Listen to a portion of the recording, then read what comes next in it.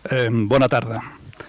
Benvinguts i gràcies per ser aquí i també gràcies als organitzadors per haver-nos convidat i a la gent que estem aquí a la taula. Em sento molt ben acompanyat. De fet, és un planter impressionant el que hi ha aquí. Són jugadors i jugadores titulars de primer nivell i quasi estic intimidat davant de la quantitat de saber i d'experiència que hi ha aquí al damunt. Bé, espero que en la següent hora i mitja o aproximadament puguem tenir un diàleg prou intens i prou variat per fer emergir tota una sèrie de qüestions que realment, de fet, quan em van dir el tema sobre el qual parlaríem, doncs em vaig sorprendre perquè pensava que els debats anaven més sobre desenvolupament local i sobre sistema alimentari, etc. Però, de fet, crec que és una tria molt ben encertada. De fet, jo soc Josep Espluga, treballo a la Universitat Autònoma de Barcelona, soc sociòleg, em dedico a fer sociologia de coses variades i des de la sociologia el que fem és observar la societat i sobretot observar els canvis de la societat. Els canvis socials, històricament, o com a mínim tal com els sociòlegs ho hem anat observant, sempre provenen o bé perquè hi ha uns moviments socials, uns partits polítics que pressionen, hi ha tota una sèrie de dinàmiques socials que fan revolucions i que generen dictadures i que generen democràcies i coses d'aquestes. També hi ha factors tecnològics que suposen canvis importants en la vida de les persones i donen lloc a noves societats, des de la mateixa màquina de vapor i la societat industrial fins als ordinadors i tota la societat aquesta tan complexa que ens estem muntant. Bé, val a dir que a dia d'avui ens trobem davant una situació en la qual, sens dubte, de fet no hi ha, només hi ha negacionistes, podríem dir, però sens dubte ens trobem a les portes d'unitat. I aquest canvi social té tres arrels, jo diria, és la intersecció de tres esferes. Per un costat hi ha la crisi energètica. A hores d'ara aquí tenim llum sense problema i anem a posar benzina i no tenim problema, però això no és una cosa que puguem donar per descomptada si no canviem certes coses en no gaire termini de temps. De fet, la pròpia Agència Internacional de l'Energia ja des de l'any 2010 està publicant una sèrie de reports en els quals adverteix que a partir del 2035 la demanda mundial de petroli no es pot cobrir, no hi ha manera. Llavors, això inevitablement té conseqüències i bona part dels sistemes de la nostra societat que funcionen amb petroli o amb combustibles fòssils inevitablement hauran de canviar. Per tant, ja ens podem anar preparant. L'altra esfera, que també comportarà canvis substancials, està relacionada amb la crisi energètica, de fet també, o amb els sistemes energètics, és el canvi climàtic. De fet, tota una sèrie d'alteracions ambientals que es resumeixen en el calaix desastre del canvi climàtic, que més o menys, aquí hi ha potser alguna discussió sobre si som a temps d'aturar-lo o no, si ens esforcéssim molt potser, però bé, el cas és que inevitablement també ja hi ha un munt d'institucions fent polítiques per posar incentius i posar obstacles a certes activitats econòmiques i humanes per tal de mitigar el canvi climàtic. La tercera esfera, i aquí ja començaré a donar veu a la gent de la taula, jo crec que també ens trobem davant una situació peculiar respecte a l'esfera econòmica financera. De fet, des que fa una vintena d'anys es van eliminar tota una sèrie de frens a l'especulació financera global. A hores d'ara el tema de la crisi econòmica ja no és una cosa conjuntural, sinó que ha esdevingut un element sistèmic. Ara Bé, no sé si hi ha acord en si hem sortit o no de la crisi, però ja fa més de 10 anys que dura, i el que va passar entre el 2008 i el 2012 podem assegurar que o hi ha bastantes probabilitats de que en pocs anys pugui tornar a passar i de manera reiterada. Per tant, ens hi podem anar acostumant. Tot plegat, si juntem la crisi energètica, la crisi del canvi climàtic i la crisi econòmico-financera global, això ens situa ens posa en un món en el qual hem de fer canvis substancials en la forma d'organitzar-nos i en la forma de com suplim les nostres necessitats bàsiques, fins i tot. Bé, de tot això ja hi ha molta gent treballant-hi, hi ha molta gent pensant, i d'alguna manera algunes de les coses que sentirem aquesta tarda aquí ens donaran també moltes pistes sobre el que ja s'ha fet, sobre el que es pot fer i què és el que arribarem a poder fer potser al llarg del temps. Bé, dit això, passarem la paraula uns minuts, no gaire més. Seguiré l'ordre del cartell. Assumpta Ferran, que està aquí al costat, que, segons he pogut saber a través del ciberespai, és llicenciada en Ciències Físiques, especialitat de Física de l'Atmosfera, porta treballant bastants anys en el camp de l'energia i el medi ambient i va ser directora general de Qualitat Ambiental de la Generalitat de Catalunya, va ser directora de l'Institut Català d'Energia, i actualment està a la Fundació d'Energies Renovables i en alguns llocs més que si ella vol ja ens ho acabarà d'explicar. Llavors el que li demanarem a cada un dels convidats i convidades és que ens expliqui allò que pensa que val la pena posar de relleu de la seva biografia i de les seves idees sobre aquesta temàtica, que ho comparteixi amb nosaltres. Moltes gràcies. Bueno, de la biografia no cal. Més enllà que també soc de l'Espluga com molts de vosaltres, la resta no cal, no? Però jo m'agafo les teves paraules, per començar. De les que has dit, faré una mica una relació. Començo a parlar de la crisi climàtica. Sabeu que fa molt pocs dies el govern va declarar que reconeixia que efectivament estem en una crisi climàtica. I a mi m'agrada recordar què vol dir la paraula crisi, des del punt de vista dels físics.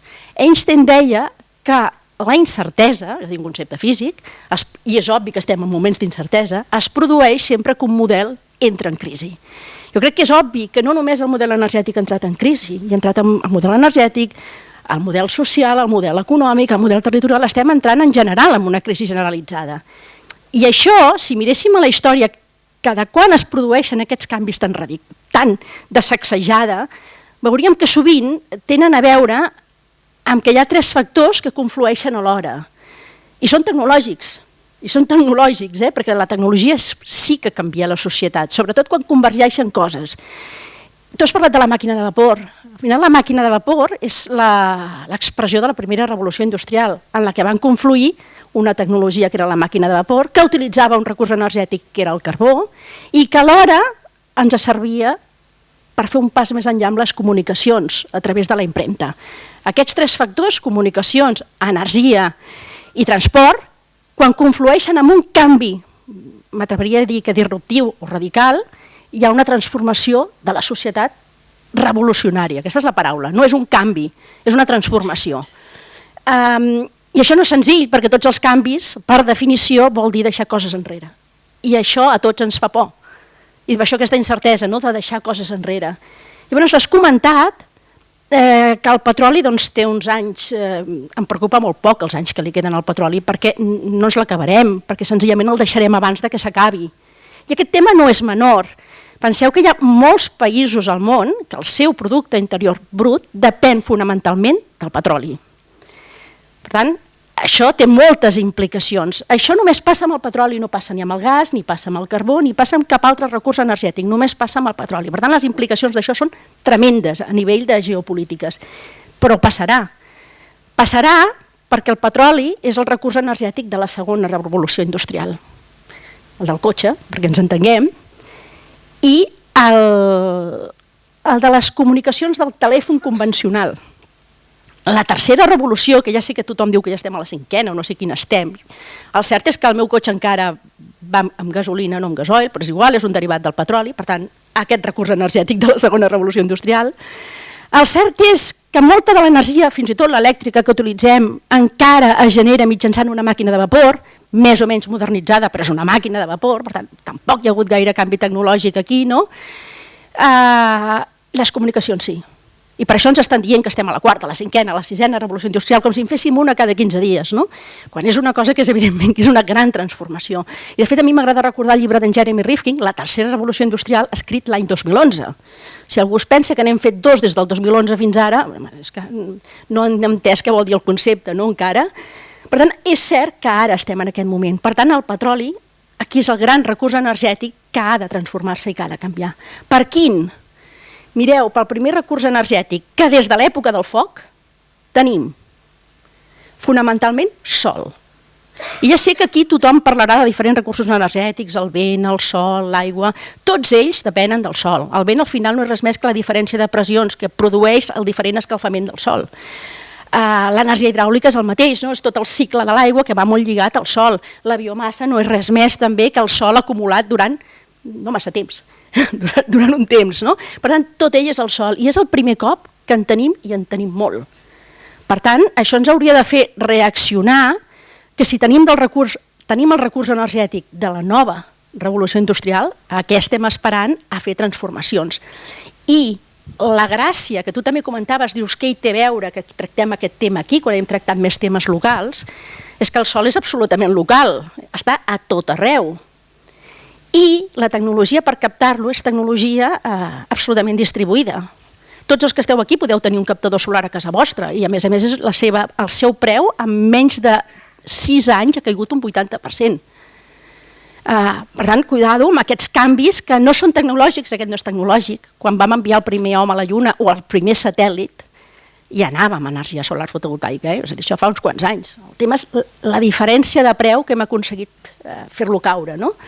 I és cert que aquí hi ha qui ens diu que no, que la nova revolució energètica de nou serà centralitzada i ho farem fent la fusió nuclear, allò que ja es fa al Sol. Jo sempre els dic, però per què voleu fer la fusió nuclear al planeta Terra si la fem a 8 minuts del planeta Terra? Externalitzada del tot, no?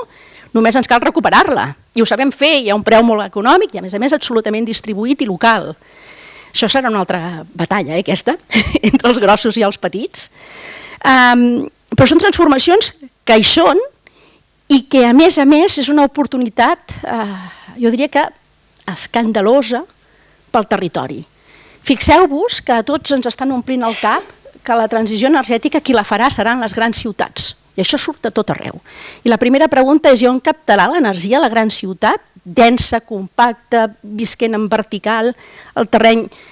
Penseu que a Catalunya el 70% de la població viu a 2,3% de la superfície de Catalunya. On captaran l'energia? No tenen espai, això ho haurà de fer el territori. Es pensen que ho farem com s'ha fet fins ara? Que vinguin grans empreses, que ocupin el nostre espai. Abans se n'ocupava poc, una central nuclear ocupa molt poc espai, i fa molta energia, ara se necessita molt més. Ho farem a canvi de no res tot això? O hi hauran de començar a haver relacions públiques amb comunitats de persones que tinguin relacions amb les administracions públiques d'aquestes grans ciutats? Ho farem així o implantarem un model com el del segle XX en versió renovable? I aquests són els grans dubtes, no? Perquè el model del segle XX en versió renovable heu de ser conscients que les darreres subhastes d'energia solar el 80% l'ha guanyat una sola empresa. I no és cap de les 5 de l'oligopoli, perquè això també sempre es diu, Aquesta ve del món de la construcció, de les mateixes dimensions, però del món de la construcció. És a dir, que ens podem trobar que entrin noves empreses, per tant, una mica més de competència, però de la mateixa magnitud, no? Dius, home, no és ben bé aquest el model, no tampoc, però de moment anem per aquí, Per tant, o reaccionem tots plegats, o sí que anirem a un món renovable, per força, però sense canviar gaire res i sense donar gaires oportunitats al territori. Jo crec que una cosa de les que té la Conca de Barberà, i jo crec que ho sabeu tots, és que sou excedentaris amb energia renovable. Només cal mirar cap a la Serra del Tallat i queda clar que sou excedentaris. Però massa profit no n'heu tret. És hora de replantejar-ho, no? Tot plegat, i cada cop hi ha més models per veure què és possible. Molt bé, gràcies. Ara passarem la paraula a Ferran. Ferran, que està allà. Espera, que presento. Ferran, segons Sant Google, té un... Sí, però té un currículum universitari que és el català perfecte, perquè va fer història a la Universitat de Barcelona, periodisme a la Pompeu Fabra, antropologia a la Rovira i Virgili, i a més després va fer un màster de desenvolupament humà i sostenible i local a Girona, a la Universitat de Girona. Llavors, bueno, potser... Doncs encara a Tortosa també hi vas arribar. Llavors... Com? Sí, ja ho he vist. Sí, és veritat. Gabinets de Comunicació i Relacions Públiques per l'Autònoma de Barcelona. Ja ho he vist. Bueno, etcètera. Llavors, des del 2015 és diputat al Parlament de Catalunya, president regional d'Esquerra Republicana al Camp de Tarragona, ja ha caducat el que hi ha a internet. A les eleccions del Parlament de Catalunya del 2017 fou elegit diputat a la llista d'Esquerra Republicana de Catalunya, Catalunya Sí, i per mi la cosa que el caracteritza en el context d'aquesta taula és que va ser el relator o l'impulsor de la llei catalana del canvi climàtic, que és una de les coses més grosses que han passat al Parlament de Catalunya de fa molts anys. Llavors, per mi és tot un luxe que poder-li donar la paraula i, sisplau, explica'ns alguna cosa al respecte. Toma. Si és que ja truco. No. Ara sí. Ara sí? Agafa aquest. Ara sí. Bé, bon vespre. Com podeu comprovar, tots els meus estudis són en ciència, en tècnica, i per això sóc un gran expert en energies renovables. Però malgrat que no sé cap expert i que m'enradi a vegades amb coses d'aquesta energia, jo soc aquí un apassionat que cada dia estic aprenent més, i jo comparat per exemple amb l'Assumpta Ferran, que amb això domino moltíssim i que aprenc sempre, i que han fet per ell artísticament moltes batalles, algunes més públiques i algunes més privades, per fer avançar el país amb el tema de les energies renovables. Doncs jo que sí que tinc clar que sóc un apassionat i que tinc clar que tot aquest projecte que ha subscrit tot el que ha comentat l'Assumpta, i estic segur, coneixent la Maria i coneixent les que avui he acabat de conèixer, subscriurem plenament, és que jo no sé si és la tercera o la quarta. Penseu que hi ha un espluc aquí que es diu Antoni Garrell, que acaba de publicar un llibre que es diu La quarta revolució industrial, per tant no li doneu un disgust, si encara estem a la tercera us el trobeu, perquè aquí cadascú de la tercera, la quarta o la cinquena, però si ho veieu, molt bé el llibre, em va agradar molt, estic esperant la segona edició, la traducció en català, molt bé, em va agradar molt, però sí que estem en un canvi de paradigma i estem en una revolució que no només és energètica, sinó que també és política. O sigui, estem parlant del concepte de sobiranies. Ja sabeu que uns quants estem aquí per tenir la sobirania política d'aquest país, però també la màxima sobirania política de drets civils per tots els ciutadans d'aquest país. Però a més estem anant a un model de sobirania energètica en el qual anirem per un model 100% renovable i 100% democràtic. I com que l'Assumpta ja ha parlat i amb això coincidim sempre en gairebé tot, aniré agafant una mica les cosetes que ha dit ella. Anem a un model que si fins ara, o com a mínim en aquest model, que això era com una carpa de circ, us en recordeu que després quan venia el circo alemany, el circo romano, el circo americano, el circo italiano, que els que són majors potser no us en recordareu perquè potser fa 20 o 25 anys que no venen, que anaven allí a l'antic camp de futbol vell, que ara hi ha a l'institut. Sabeu que la forma és vertical, no? A dalt hi ha el banderí i llavors va baixant i va ampliant de diàmetre fins que arribi a baix. Doncs això a dalt de tot seria la gran empresa energètica que ell decideix i reprodueix i distribueix aquesta energia i va baixant des de molta alta tensió, mitja tensió, fins a baixa tensió, fins que t'arribi tu a la porta de casa. O sigui, tu quan arribes a baix, tu ets aquest d'aquí baix. Però si us fixeu, és una relació jeràrquica, en el qual aquest d'aquí dalt, i més amb la situació, mentre estiguem a l'estat espanyol, amb el model d'oligopoli energètic, amb el model de subhasta energètica, doncs en el qual ells marquen no només el preu, deixant de banda també els impostos que posa l'estat espanyol, sinó que a més està fet d'una manera que per desgràcia amb el sistema actual l'energia última que entre, que generalment és la més cara i a més és la més contaminant generalment, és la que acaba marcant el preu. Per tant, tot el que estem fent és malament. I clar, anem a un nou model en el qual seria com els embalats, sabeu que era un model allò horitzontal, en el qual tots podem jugar. El Sol, efectivament, està a milions i milions de quilòmetres d'aquí, però allò, multiplicat allò per la velocitat, 300 milions de quilòmetres per segon, doncs tarda, com va dir l'assumpte, 8 minuts a arribar aquí, doncs clar, encara que estigui molt lluny, és que és de quilòmetre zero. És de quilòmetre zero. Per tant, anem a un model en el qual no esperarem nosaltres que ens facin l'energia i tot plegat, sinó que ens la farem nosaltres, jo en faré, si me'n sobre la compartiré amb ella, i si em cau bé li regalaré, i llavors quan jo en necessiti, doncs ella serà ella, ella tindrà un molí o alguna altra coseta. Ara, per exemple, aquesta setmana ha entrat de diputat el Pep Puig, que molts coneixem aquí, i dels quals doncs, alguns hem participat en un projecte que es diu Viure de l'aire del cel, que és un molí en el qual la gent hi hem participat i l'hem tirat endavant, i l'altre dia em recordava que ara d'aquí 4 dies, que més tu i jo vam ser els padrins d'aquest molí, però tu te'n vas a Alemanya o a Dinamarca, estem parlant que més del 50% dels molins que hi ha, de qui són? Ja que veig aquí alcaldes i alcaldesses, dels ajuntaments, de les cooperatives locals. O sigui, no ens venen aquí l'Endesa, l'Iberdrola, el Naturgy o qualsevol gran empresa d'aquestes, o alguna de les constructores que prefereixo no dir el nom perquè també tela, perquè això sí que és drets humans directament, la vulneració que hi ha de les màfies energètiques, sinó que som nosaltres que ho fem. I som nosaltres qui marquem el preu, i alhora que sempre ens queixem com a territori que és que Barcelona no ens estime, Barcelona no sé què, cert, no ens menystenen, vull dir, l'assumpte jo i el servidor, com que som de l'Espluga, quan has anat allà, tu d'on ets? Jo de l'Espluga de Francolí, perquè sabeu que sempre explico tot arreu, cada intervenció que faig al Parlament no tingui res a veure amb l'Espluga de Francolí. I la gent em diu, ostres, tu ets de l'Espluga, no? Ostres, això de l'Ebre queda lluny, Molt bé, doncs me sembla molt bé que no sàpiguis on està, em trobo tristíssim que no hagis vingut al museu ni a la cova, però si nosaltres ens espavilem, som nosaltres qui farem l'energia i l'equilibri territorial el liderarem nosaltres. No caldrà que ens esperem a que ens vinguin de fora a dir no, és que mirem no sé què, a veure si ens ve la 27, no, que ens vindrà i tot plegat. Però nosaltres podrem fer-ho i liderar nosaltres. No cal que sigui només una gran empresa que ens ve de fora, com va venir l'altra vegada i que ens va decidir posar aquests molins que veiem des del Serra al Tallar, que per cert pràcticament no n'hi ha cap terme de la Conca, estan tots a les comarques veïnes, sobretot a l'Urgell i la Segarra i part de les Garrigues, sinó que serem nosaltres.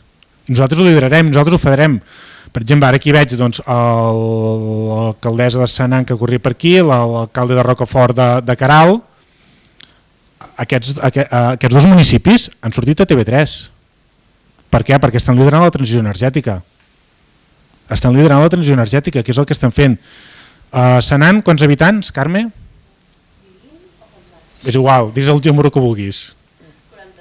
47. Marc, a Rocafort?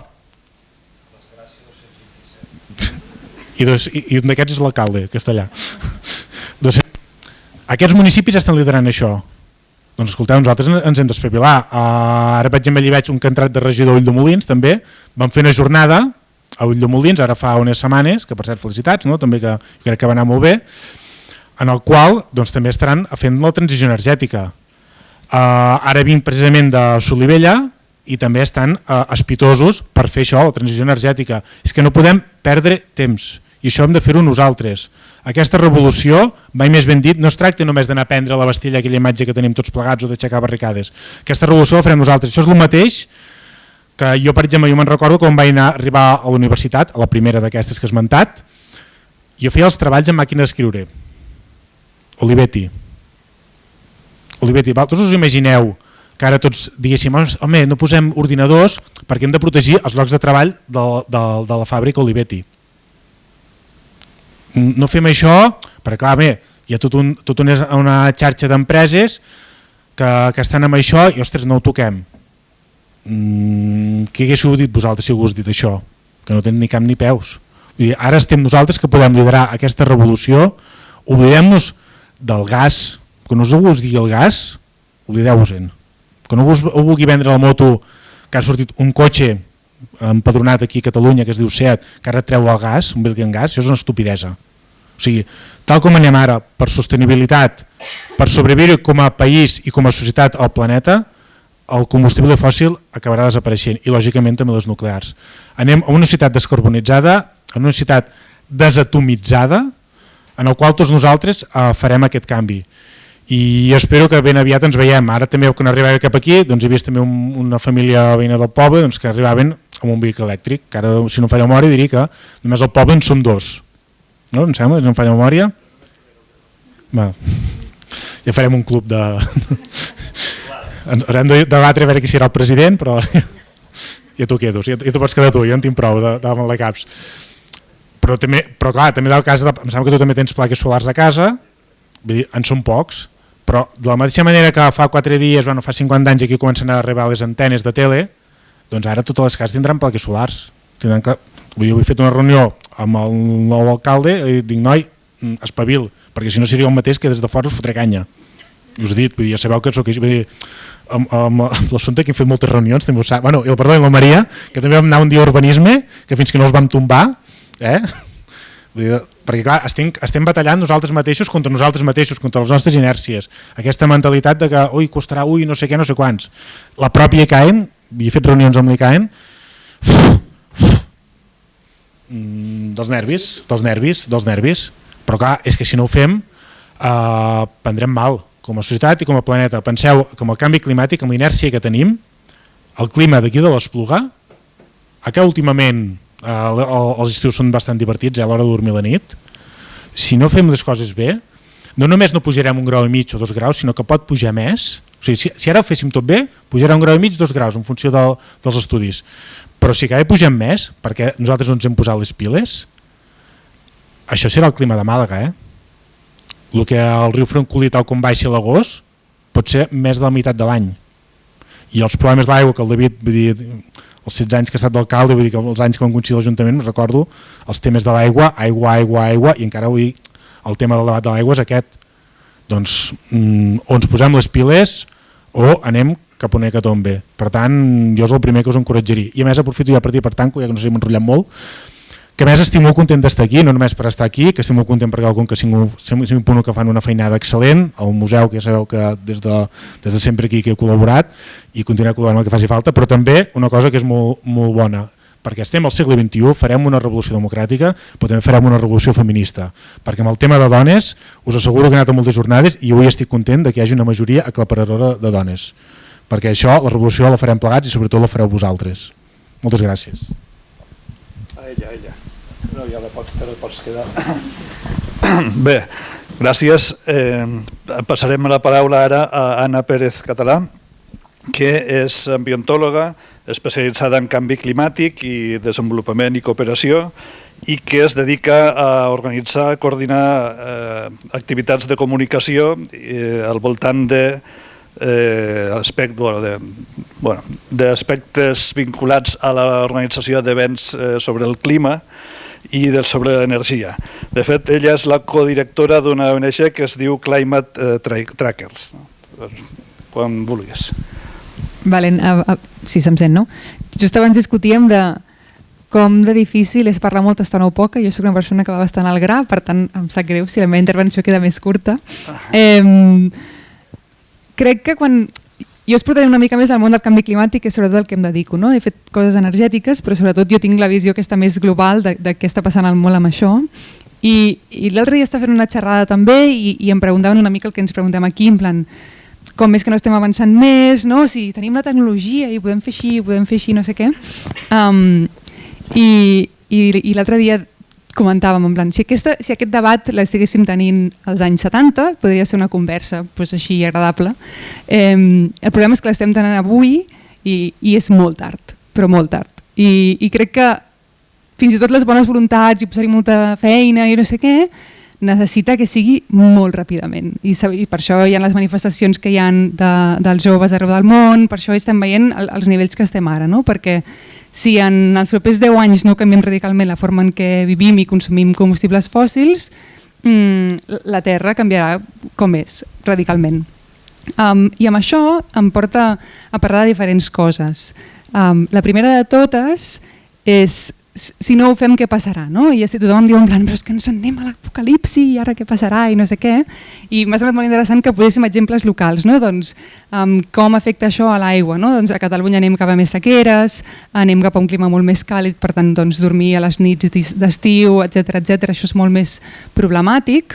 I llavors, com que jo vinc d'un món, o vinc de la meva experiència més aviat des del punt de vista de cooperació, jo sempre m'intento imaginar, en plan, si ara jo volgués tenir fills, quin món es trobarien ells a Catalunya? No? I penso, bueno, doncs, si fa més calor segur que hi haurà maneres, no? Si aigua segurament trobem els resultats, perquè vulguis que no, estem en el primer món, en un lloc molt privilegiat, en què trobaríem les formes, que no és ideal, no? Però crec que Europa és un dels llocs menys afectats per la qualitat de vida que tenim, tenint en compte les crisis econòmiques i tenint en compte tot.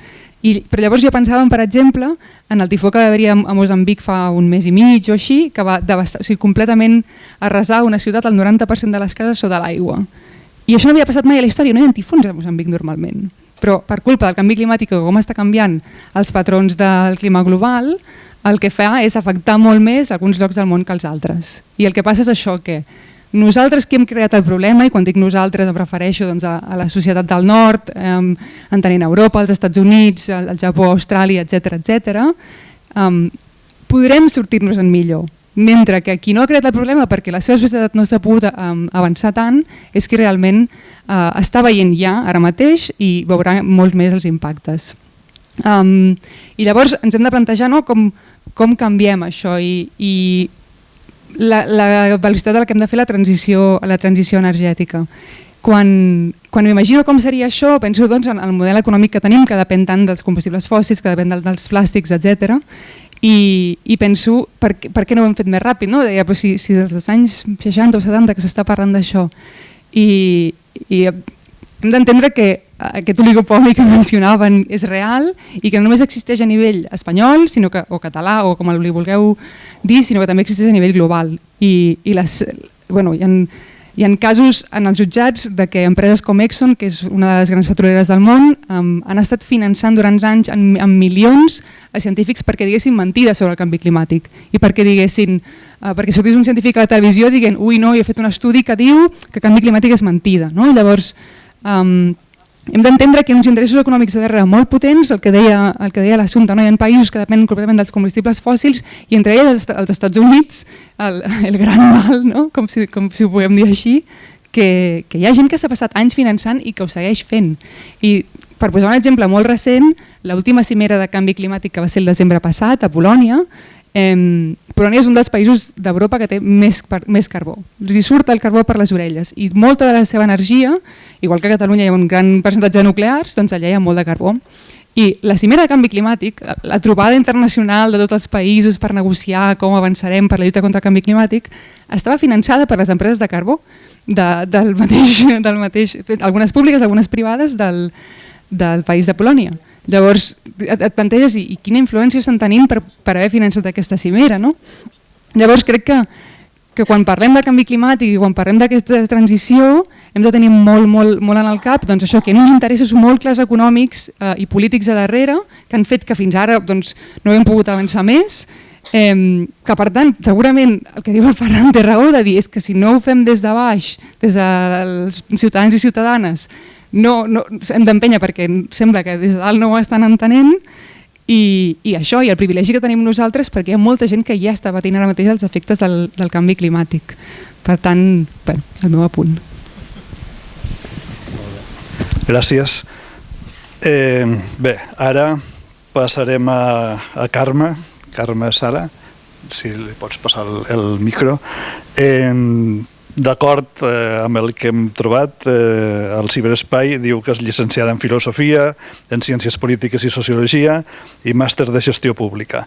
I està en aquesta taula, sobretot, perquè és la secretària del Consell Rector de Som Energia, la cooperativa de producció i distribució d'energia, que és una d'aquestes coses que es reconcilia una mica amb la humanitat i amb la societat que tenim. De fet, especialment en un cas com el nostre context històric, De fet, fa poc que he acabat una recerca que vam fer amb uns historiadors i me'n vaig adonar que els historiadors de l'energia tenen un concepte que és el d'electrofranquisme. Llavors, pel que es veu, ja des del primer franquisme, que va nacionalitzar bona part dels camps de l'economia, els va nacionalitzar tots excepte dos, l'elèctric i el bancari. I el sector elèctric i bancari d'alguna manera s'han autoregulat a si mateixos durant dècades i encara l'oligopoli aquest elèctric que, com ha dit ella, està tot arreu, però en el nostre cas el patim encara amb unes condicions molt més dures. De fet, no s'explicaria d'una altra manera l'impost al sol aquest que hem tingut durant tants anys, que era totalment antinatural. Bé, doncs en aquest context tan dur, o potser precisament per això, va aparèixer Som Energia com un far d'esperança, podríem dir gairebé. Doncs, sisplau, si ens pots explicar alguna cosa al respecte. Gràcies. Se sent? Sí. Està en groc ja, Sí. Hola? Sí. Estem acabant les piles. Una pregunta, Anna, només abans de... Dius que aquí no patirem tant les conseqüències. Jo el que havia sentit és que Catalunya deixaria de ser una atracció turística perquè això estaria tan calent que estaríem ja camí de convertir-nos, no en un desert, però en els propers anys, en zona realment no atractiva turísticament, que la gent s'aniria a la platja a Londres. O sigui que jo quan vaig sentir això realment vaig pensar que anava molt malament, perquè Londres no me la imagino mai com un destí de platja.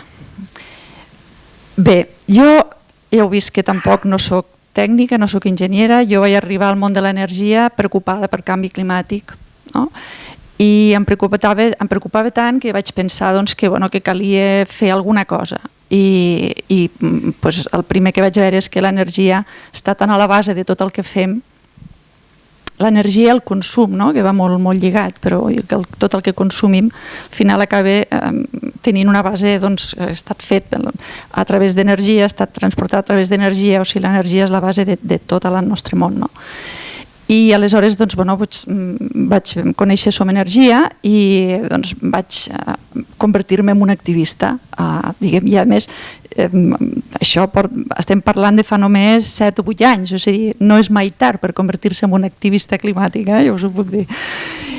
I vaig conèixer Som Energia i em vaig apuntar amb els grups locals. Crec que de les trets diferenciadors de Som Energia és que promou l'activisme. I aleshores part de la seva organització està basada en el que se'n diuen els grups locals, que són persones voluntàries que en un poble, en una ciutat, decideixen, ja siguin 2, 3, 4 o 20, decideixen organitzar-se i començar a difondre la necessitat de canviar de model energètic. I Som Energia és una cooperativa, a més, de l'economia social i solidària, i n'hi ha d'altres, i aleshores el que fem és això, des d'aquests grups locals expliquem a la gent que és possible canviar d'empresa energètica sense que notis pràcticament res ni al teu consum ni amb la factura, potser una mica més barat, però tampoc no lluitem pel preu. I el que fem és participar en fires, fer formació i des d'aquesta base anar difonent aquesta necessitat de que hem de canviar el model energètic perquè realment el canvi climàtic el tenim a sobre. I jo no soc gaire optimista, soc de mena optimista, però amb el tema del canvi climàtic no en soc gaire i penso que simplement ens hem de preparar perquè el futur no serà tan còmode com el que hem viscut fins ara. I m'agradaria explicar-vos alguna cosa sobre energia perquè qui no el coneixeu, qui no coneixeu aquesta cooperativa, només que tingueu una mica la visió de la mida, neix el 2010, actualment som 57.000 socis i 97.000 contractes.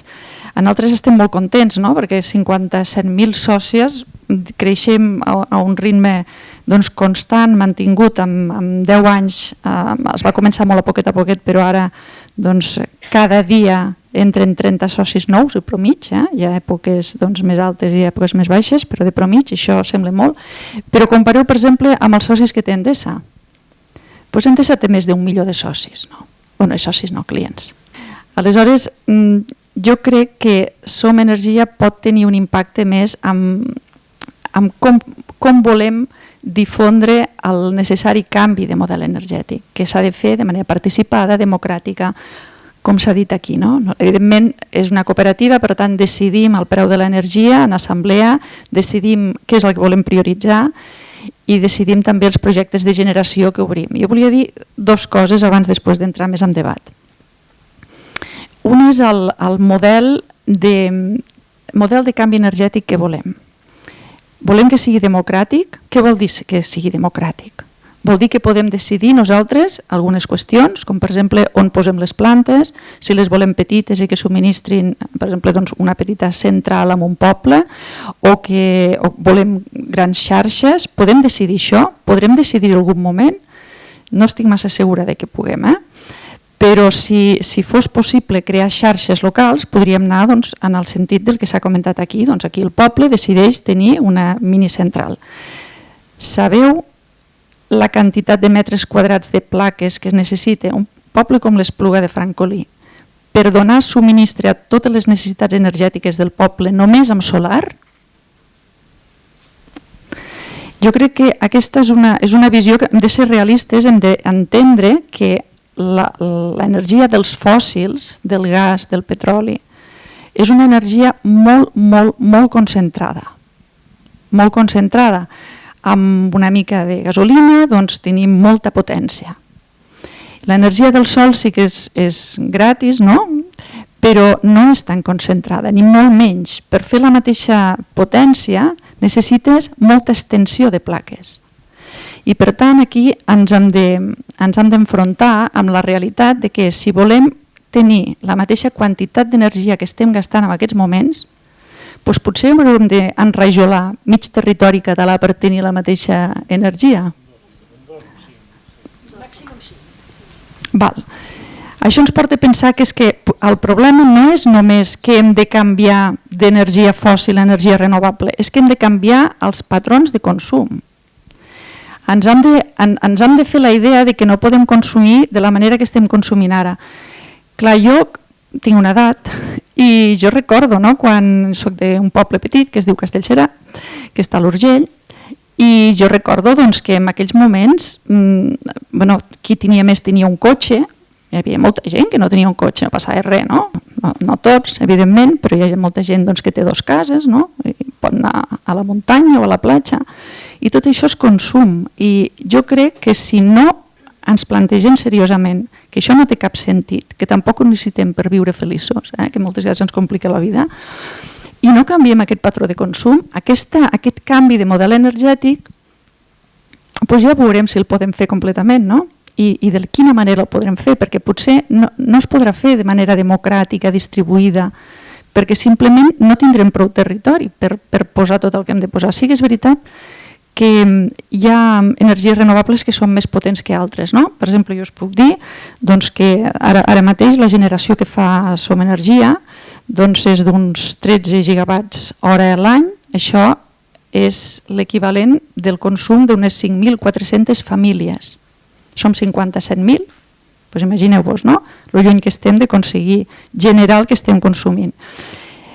Però, clar, la tenim sobretot amb fotovoltaica, hi ha una central de biogàs i una mini hidràulica molt petita, de curs fluent, no és de preses, d'aquestes que el riu continua corrent.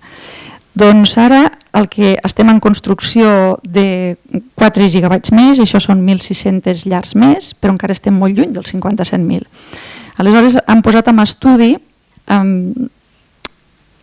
altre tipus d'instal·lacions com són les eòliques. Les eòliques donen moltíssima més potència.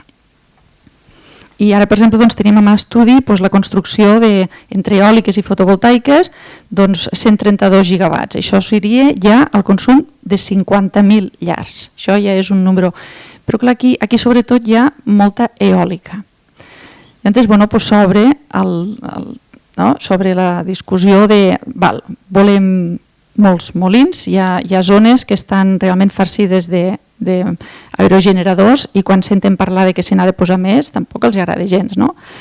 I abans deia l'assumpte que a Barcelona és on hi ha la major part de població, en la proporció que comentava, Doncs a Barcelona no cabrà ni els molins ni tampoc les instal·lacions fotovoltaiques, no?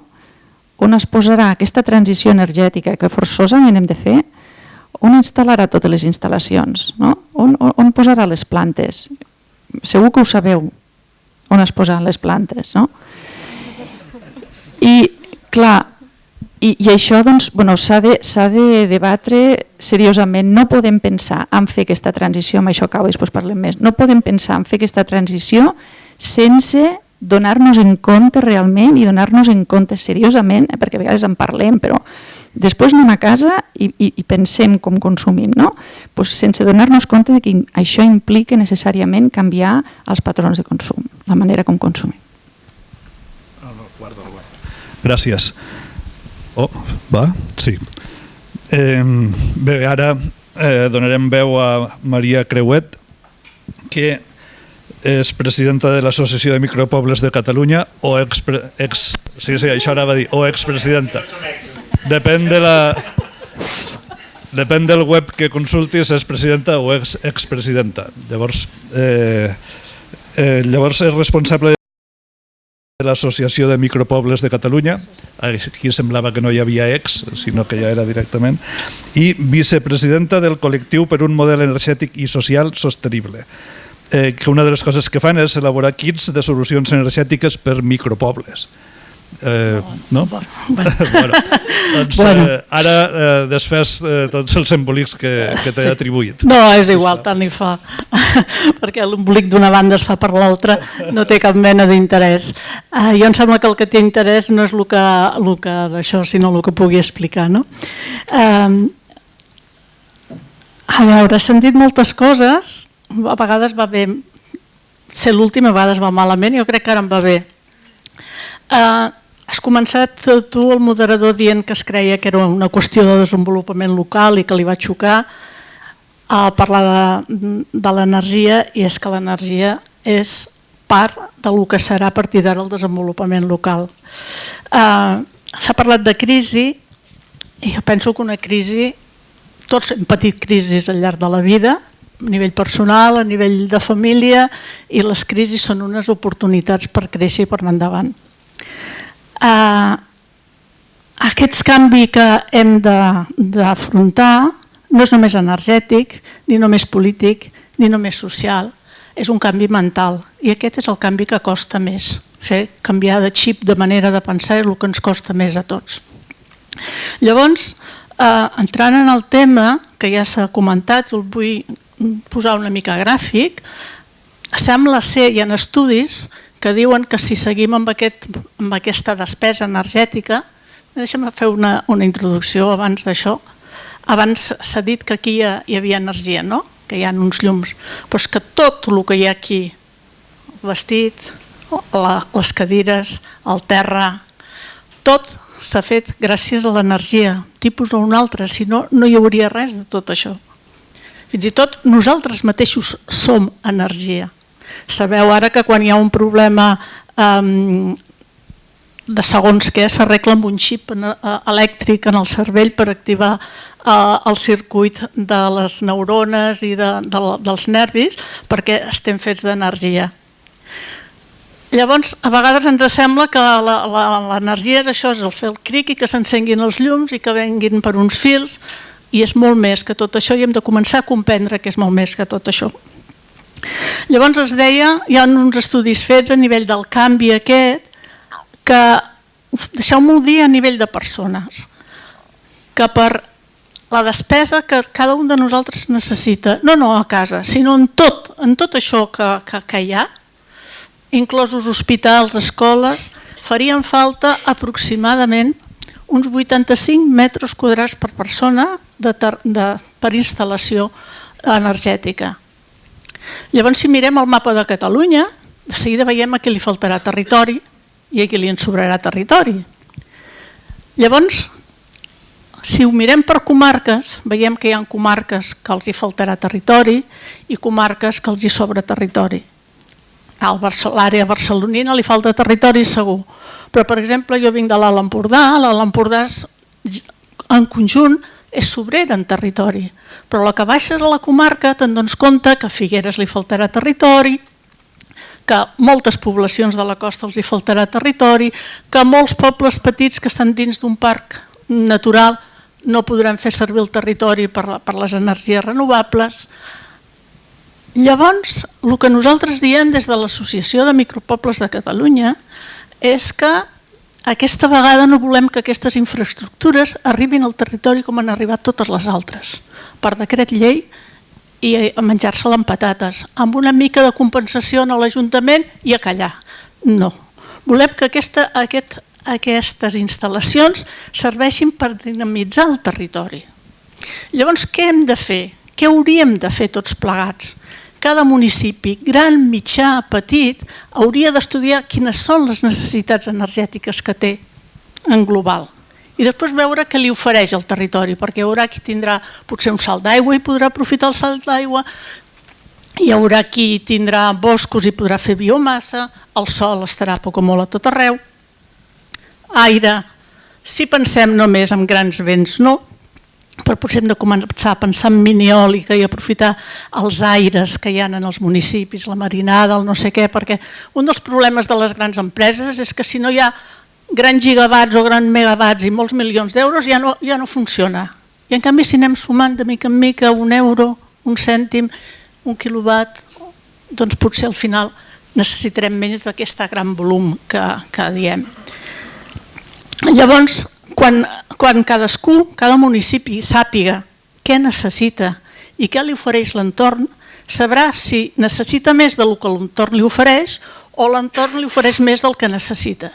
Llavors ens hem de seure a negociar. Hem de seure a parlar als grans i als petits, els que els en falta i el que els en sobra, de quina manera arreglem això.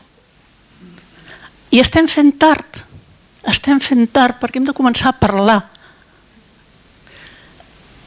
No sé, perquè sí que la paraula de l'impost al sol ens ha fet molt mal quan l'impost al sol per l'autoconsum no ha existit mai, però ens ho vam creure.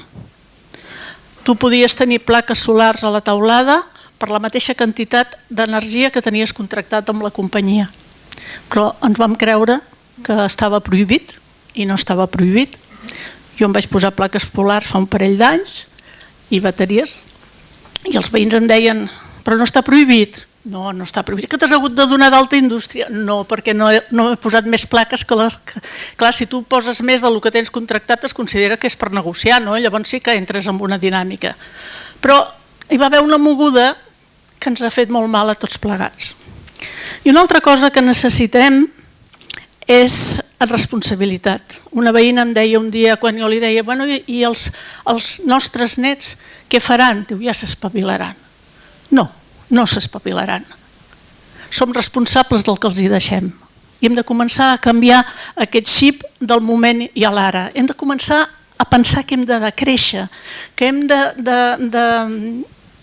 pensar que tenim a casa un fotimer de coses que no necessitem per res, que no fa falta que n'agafem més, que ja en tenim prou per seguir vivint. I un dels problemes que tenim als pobles petits, i això sí, és el transport, perquè el transport públic és difícil, perquè la dinàmica que s'ha creat ara és una dinàmica de tenir feina en altres llocs perquè ens podem bellugar i tots sabem que en un poble petit cada adult té un cotxe i surt a una hora una altra hora una altra, un va cap al nord, l'altre cap al sud, cap al poble al costat, l'altre cap a un altre poble i és molt difícil en aquests moments d'arreglar això. I anava a dir una altra cosa i no... És igual. Jo em sembla que amb això una mica he fet una visió del que creiem respecte al territori i com s'haurà de gestionar i com ens hi hem de posar tots i ja. O sigui, no podem esperar que ens diguin des de dalt va, poseu-s'hi. No, hem de començar a treballar des de cada municipi, mirar de crear comunitats energètiques o cooperatives público-privades amb Som Energia o al marge, és igual, i pensar que hem de col·laborar amb una necessitat energètica conjunta també. Vull dir que no n'hi ha prou amb el que necessiti el poble, en aquest també hi ha d'haver una altra. I que la xarxa, o sigui que un cop tinguem organitzat nosaltres, hem de saber com com repartim, com col·laborem amb el veí. Sí, ja sé el que anava a dir. Mira, així he fet temps. Un dels problemes que tenim és que no hi ha tècnics d'FP per gestionar aquestes coses. I a més, a la Generalitat no tenen ni idea de com enfocar això. Llavors aquí faran falta tècnics no només en energies renovables, sinó també amb internet, perquè totes aquestes xarxes es gestionaran via internet. O sigui que aquí fa falta unes FP fortes i hem de pressionar tots perquè aquestes FP siguin al territori. Molt bé, gràcies. Bé, ara seguint les instruccions dels organitzadors, m'han dit que planteixi un tema del que ha anat sortint, tot i que després podeu tirar per on vulgueu, i després, quan hagueu fet una altra intervenció, les persones que vulgueu, donaríem la veu també a l'auditori per possibles preguntes que hi pugui haver o reflexions al respecte.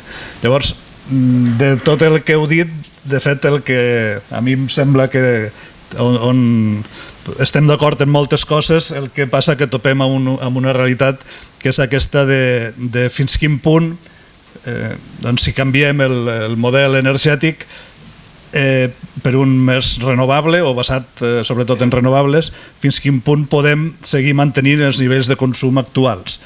Si això no és viable, què hem de fer? Quina solució doneu? Reduïm els nostres nivells de consum, decreixem en un sistema econòmic que està basat en el creixement, que quan no es creix més de 2 o 3% anual ja diem que estem en crisi econòmica. Com ho farem? Teniu algun suggeriment? Canviar el xip. Jo crec que hem de canviar el xip. On està el xip? On és el xip? Aquí. O sigui, hem de decréixer. O sigui, hem de parar de créixer, si més no. O sigui, no pot ser de pensar que si avui una empresa ha produït X coses, que perquè funcioni n'ha de produir el doble l'any que ve. Hi ha l'economia del bé comú, que és un tema molt important i molt interessant d'un economista hongarès o austríac, en el que planteja que les empreses no poden acumular diners i repartir, que s'ha de funcionar perquè el producte i els guanys siguin per al bé comú. Llavors, per això dic que hem de canviar el xip, tots plegats. Però hi haurà un govern que decidirà que això passi? No, hem de començar a canviar nosaltres. Jo ara, encara que quedi malament, no estic a favor del decreixement. Ho dic així de clar, no? Per què no? Mireu que només hem parlat d'electricitat, pràcticament els que som aquí. Avui l'electricitat només és el 25% de l'energia que consumim, el 75% restant són usos tèrmics. És transport, és calefaccions, és processos industrials, però em vaig a centrar un moment en aquest 25% i per què diré que no estic contra el decreixement. Per què no estic a favor del decreixement? La major part dels que esteu aquí sentats, com li dieu al rebut de l'electricitat? Segurament rebut de la llum, molt probablement, també, Sablazo, també. Però per què li diem rebut de la llum? Perquè en el seu origen, tampoc fa tants anys, fa 120 anys, tampoc tants, fonamentalment servia per fer llum, per il·luminar-nos. Avui, el rebut de la llum no té res a veure amb la llum. La llum és mínim de tot el que hi ha en el rebut elèctric. Per què? Perquè aquella llum incandescent d'Edison, que tampoc era d'Edison, però és igual, que més o menys és de la mateixa època, que tenia una eficiència d'un 5%, és a dir, el 95% de l'energia que entrava pel fil aquell de wolframi era per cremar, i gràcies a que es cremava i s'escalfava feia llum. 5% d'eficiència. Molts anys després vam inventar els llums eficients, aquells fluorescents que s'obrien i feien una llum bastant horrorosa al principi, després anàvem millorant la llum, estaven mitja hora per engegar-se i tot allò. Aquests encara només tenien una eficiència d'un 30%. No és fins fa molt poquet que hi ha un salt tecnològic brutal, que és el LED, que avui té una eficiència del 95%, és a dir, del 5 al 95%.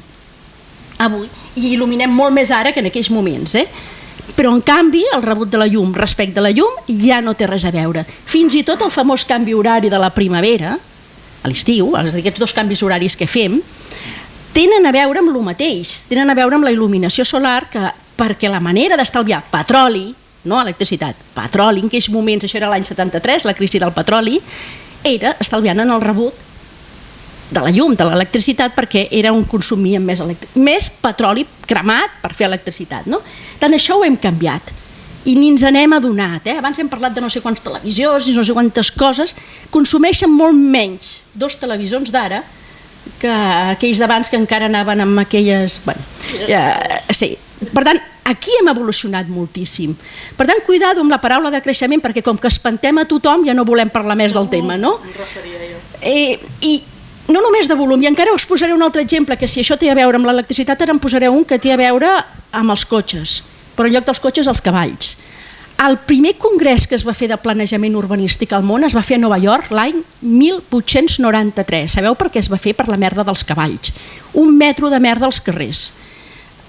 Una ciutat amb 3 milions d'habitants, on el comerç era l'esclat, 3 milions d'habitants necessiten una certa superfície, per tant els desplaçaments ja tenien una certa distància, per tant qui més qui menys depenia d'un cavall. 200.000 cavalls eren els que hi havia en aquells moments a Nova York, i es fa la merda, un pam, a 1 metro d'alçada. Evidentment la problemàtica era tremenda. El congrés s'havia de fer durant 10 dies, hi havia les ciutats més importants del món amb els serveis més pensants del món. Les solucions que es van posar damunt la taula, són molt curioses, van ser, la primera, restrenyar els cavalls. Us sona això amb el tema dels porcs i els purins, que també és el tema de l'alimentació, que ja començava a existir, però no estava desenvolupat als Estats Units, sinó que venia d'Alemanya. Ja el van contemplar, però van dir, ui, no, això no, perquè entre que és absolutament incipient no acabem de veure que això hagi de solucionar res. Doncs mireu, 15 anys després només hi havia 2 cavalls a la 5ª avinguda de Nova York. La resta eren cotxes tèrmics i aquell metro de merda havia desaparegut. Per tant, la solució va ser tecnològica. És obvi que després aquella solució tecnològica ens porta nous problemes, però nous problemes que estem veient com solucionar-los. I aquí és on vull entrar amb vosaltres dos que ja teniu vehicle elèctric, alguns que encara no el tenim perquè ens movem tan poc en cotxe que encara no ens acaben de sortir els números, no? Què aporta el cotxe elèctric més enllà de moure'ns? Que aquesta és l'altra reflexió que no està sortint enlloc. Hem parlat molt d'energia solar, suposo que teniu clar que a la nit el sol no hi és. I l'energia elèctrica no s'emmagatzema. Més enllà de grans magatzems d'aigua, i que aporten molt poc, com ho fem de maneres molt estranyes amb la xarxa elèctrica, per això el rebut és tan complicat d'entendre. Perquè no hi ha, és a dir, és una mercaderia que no té estoc, i això ho complica molt, no? Què és el cotxe elèctric? És estoc d'electricitat, és una bateria, molt grosseta, de tota l'energia de la setmana. La teva Ferran, no sé si deu ser de 60 kWh, tu aquí tens l'energia de tota la setmana dins del cotxe. I és teva l'energia aquella, perquè un cop l'has posat dins del teu dipòsit, dins de la teva bateria, és teva. Ostres, això, de cop i volta, ens fa entendre que així com aquell cotxe tèrmic de Henry Ford, quan es va generalitzar, no només va servir per moure's per dintre de Nova York, també va servir, en el cas d'Espanya, per exemple, amb els 600, per desenvolupar tot un model turístic. Aquí, què farà el cotxe elèctric quan us estic dient que està emmagatzemant energia del sol? És a dir, el cotxe deixa de ser no només un element per moure's, és un element per gestionar electricitat de forma molt eficient. Això és un nou paradigma, com ho va ser en aquell moment el cotxe tèrmic. I aquest és el gran canvi revolucionari. Penseu que fins ara ningú de vosaltres és capaç de tenir un embassament d'aigua. És molt difícil que algú de vosaltres sigui propietari d'un embassament d'aigua. I ja no en parlem d'una central nuclear, és absolutament difícil que sigueu propietaris d'això. Ara, ser propietaris d'un cotxe elèctric i una placa fotovoltaica, mira, el Ferran ja ho és, de les dues coses. Per tant, emmagatzematge i generació. Ens falta una peça, i que és la clau, la distribució. És a dir, tot això, per ser eficient, ha d'estar connectat. I està connectat amb una xarxa de distribució que aquí sí que entra l'oligopoli. Ni som energia ni punyetes. Vosaltres també passeu per la xarxa d'Endesa. I aquest és un problema. El 98% dels consumidors de Catalunya utilitzem la xarxa d'Endesa i no la podem canviar, per cert. Llavors aquí no crec que hàgim de fer una xarxa paral·lela, tampoc, perquè no seria la manera més eficient. Aquí és on és molt important que als nostres polítics els diguem, senyors, cuidado amb la xarxa de distribució, que ens hi juguem la transició energètica. perquè si no podem compartir l'energia a través de la xarxa, si no podem emmagatzemar l'energia al cotxe i tornar-la a portar a casa nova o portar-la a la xarxa perquè la consumeixi del costat o algú altre que no sé ni qui és perquè jo li venc l'electricitat, si no podem fer això perquè la xarxa no ens ho deixa fer, aquí no hi ha transició que valgui. Per tant, aquest element és absolutament crític i suposo que vau sentir que fa menys d'un mes i hi va haver unes hores que hi havia un partit del Barça, no sé qui, perquè jo això del futbol no ho controlo, que el preu del megawatt hora va ser de més de 11.000 euros. Normalment està al voltant de 50 euros. Més de 11.000 euros. Què va passar? Que com que no hi ha emmagatzematge, l'oferta i la demanda sempre han de ser iguals i es va desequilibrar. Perquè no es desequilibrés, perquè això vol dir que tots ens quedem sense llum, algú va haver de posar energia a preu de 11.000 euros. Ara imagineu-vos que dius, no, nosaltres agreguem els nostres cotxes que deixen de consumir. I ho fem a 200 euros. No 50, a 200 perquè també hi volem guanyar diners, Ostres, canvia. I dius, quants cotxes necessitem per fer això? Mireu, amb 6.000 cotxes fem 30 megawatts. 30 megawatts és una central grosseta, Amb 6.000 cotxes. I no amb tota la capacitat de la bateria, només amb un 10%. L'altra la tinc per si la necessito. Clar, això és una transformació que ni ens imaginem, I és aquí on hi ha aquests grans canvis que no passen pel decreixement, sinó passen per entendre els reptes i les oportunitats que hi ha per davant. Amb aquests salts tecnològics. I penseu, i de nou entro, per això no crec en aquest decreixement, en què has parlat dels nets, si hem de pensar en els nets. Mira, la meva filla, i la utilitzo amb ella perquè l'any passat en tenia 17, deia que en tenia 18 perquè m'anava molt bé perquè el 2050 voldria dir que té 50 anys. Bé, el 2050 és el gran número que arreu del món es defineix com que hem d'haver aconseguit la neutralitat de les emissions de CO2. El 2050 no és el meu net ni el meu rebesnet, aquesta nena de 18 anys en tindrà 50, els que tinc jo ara en aquests moments. Per tant, és la seva carrera professional. Els nets en tindran 50. Per tant, d'acord. Per tant, estem parlant, cuidado, de la carrera professional de nanos que ara decideixen què faran a la seva vida, si estudiaran FP, si es posaran a la universitat a fer no sé què, o estan decidint ara. Per tant, si les senyals no són clares i la senyal és aquí no canvia res, doncs òbviament estudiaran allò del model anterior, aquí no canvia res. Per tant, la importància d'entendre ara el que ve per davant perquè és un moment clau i crític. I abans potser no ho he acabat d'explicar bé, això de la tercera revolució industrial, jo ho dic perquè són les comunicacions. És veritat, Antoni Guerrell, quan parla de la quarta, parla de les comunicacions, que ja aquí està la setena, per comunicacions ja, és a dir, el 7.0, 8.0 i som-hi, no amb el punt 0. Per això són les comunicacions, on són la de l'energia i la del transport. El motor de combustió interna encara és absolutament majoritari i el petroli és absolutament majoritari. Són aquestes dues de l'anterior revolució. És ara, quan estan confluint les tres coses. Penseu que això que hem comentat aquí, que el Ferran comença a portar energia de la placa cap al cotxe, del cotxe cap a fora, tot això és digital, que tots aquests catxarros són intel·ligents. Si algú es pensa que un cotxe elèctric és un cotxe tèrmic canviant de motor, s'equivoca. Els cotxes més intel·ligents i més tecnològics que hi ha al mercat són elèctrics. És a dir, tot això és digital. Per tant, està confluint. I aquest és el punt de no decréixer, sinó d'entendre que cal fer el salt cap aquí. Els significats diferents de decréixer. Sí, jo he lligat una mica amb el que comentava l'assumpte, però a més responent una mica a la teva pregunta del tema del decreixement sí, decreixement no. Sincerament, no sé quin ha de ser el nou model econòmic, però tinc claríssim, perquè potser no està batejat o potser encara està en transformació i entre tots l'estem creant, perquè en certa manera els canvis tecnològics, els canvis socials ho estan fent. El que tinc clar és que els nous models econòmics, perquè jo crec que seran en plural, han de ser els que no tinguin externalitats negatives ni en l'àmbit social ni en l'àmbit mediambiental. Això què vol dir? Dit així tècnicament, però per explicar-ho perquè ens entenguem. Vol dir que si tu fas una cosa que tu veus molt bé, doncs mira això que dèiem, no? Al principi, mira, pitges l'interruptor, tinc llum.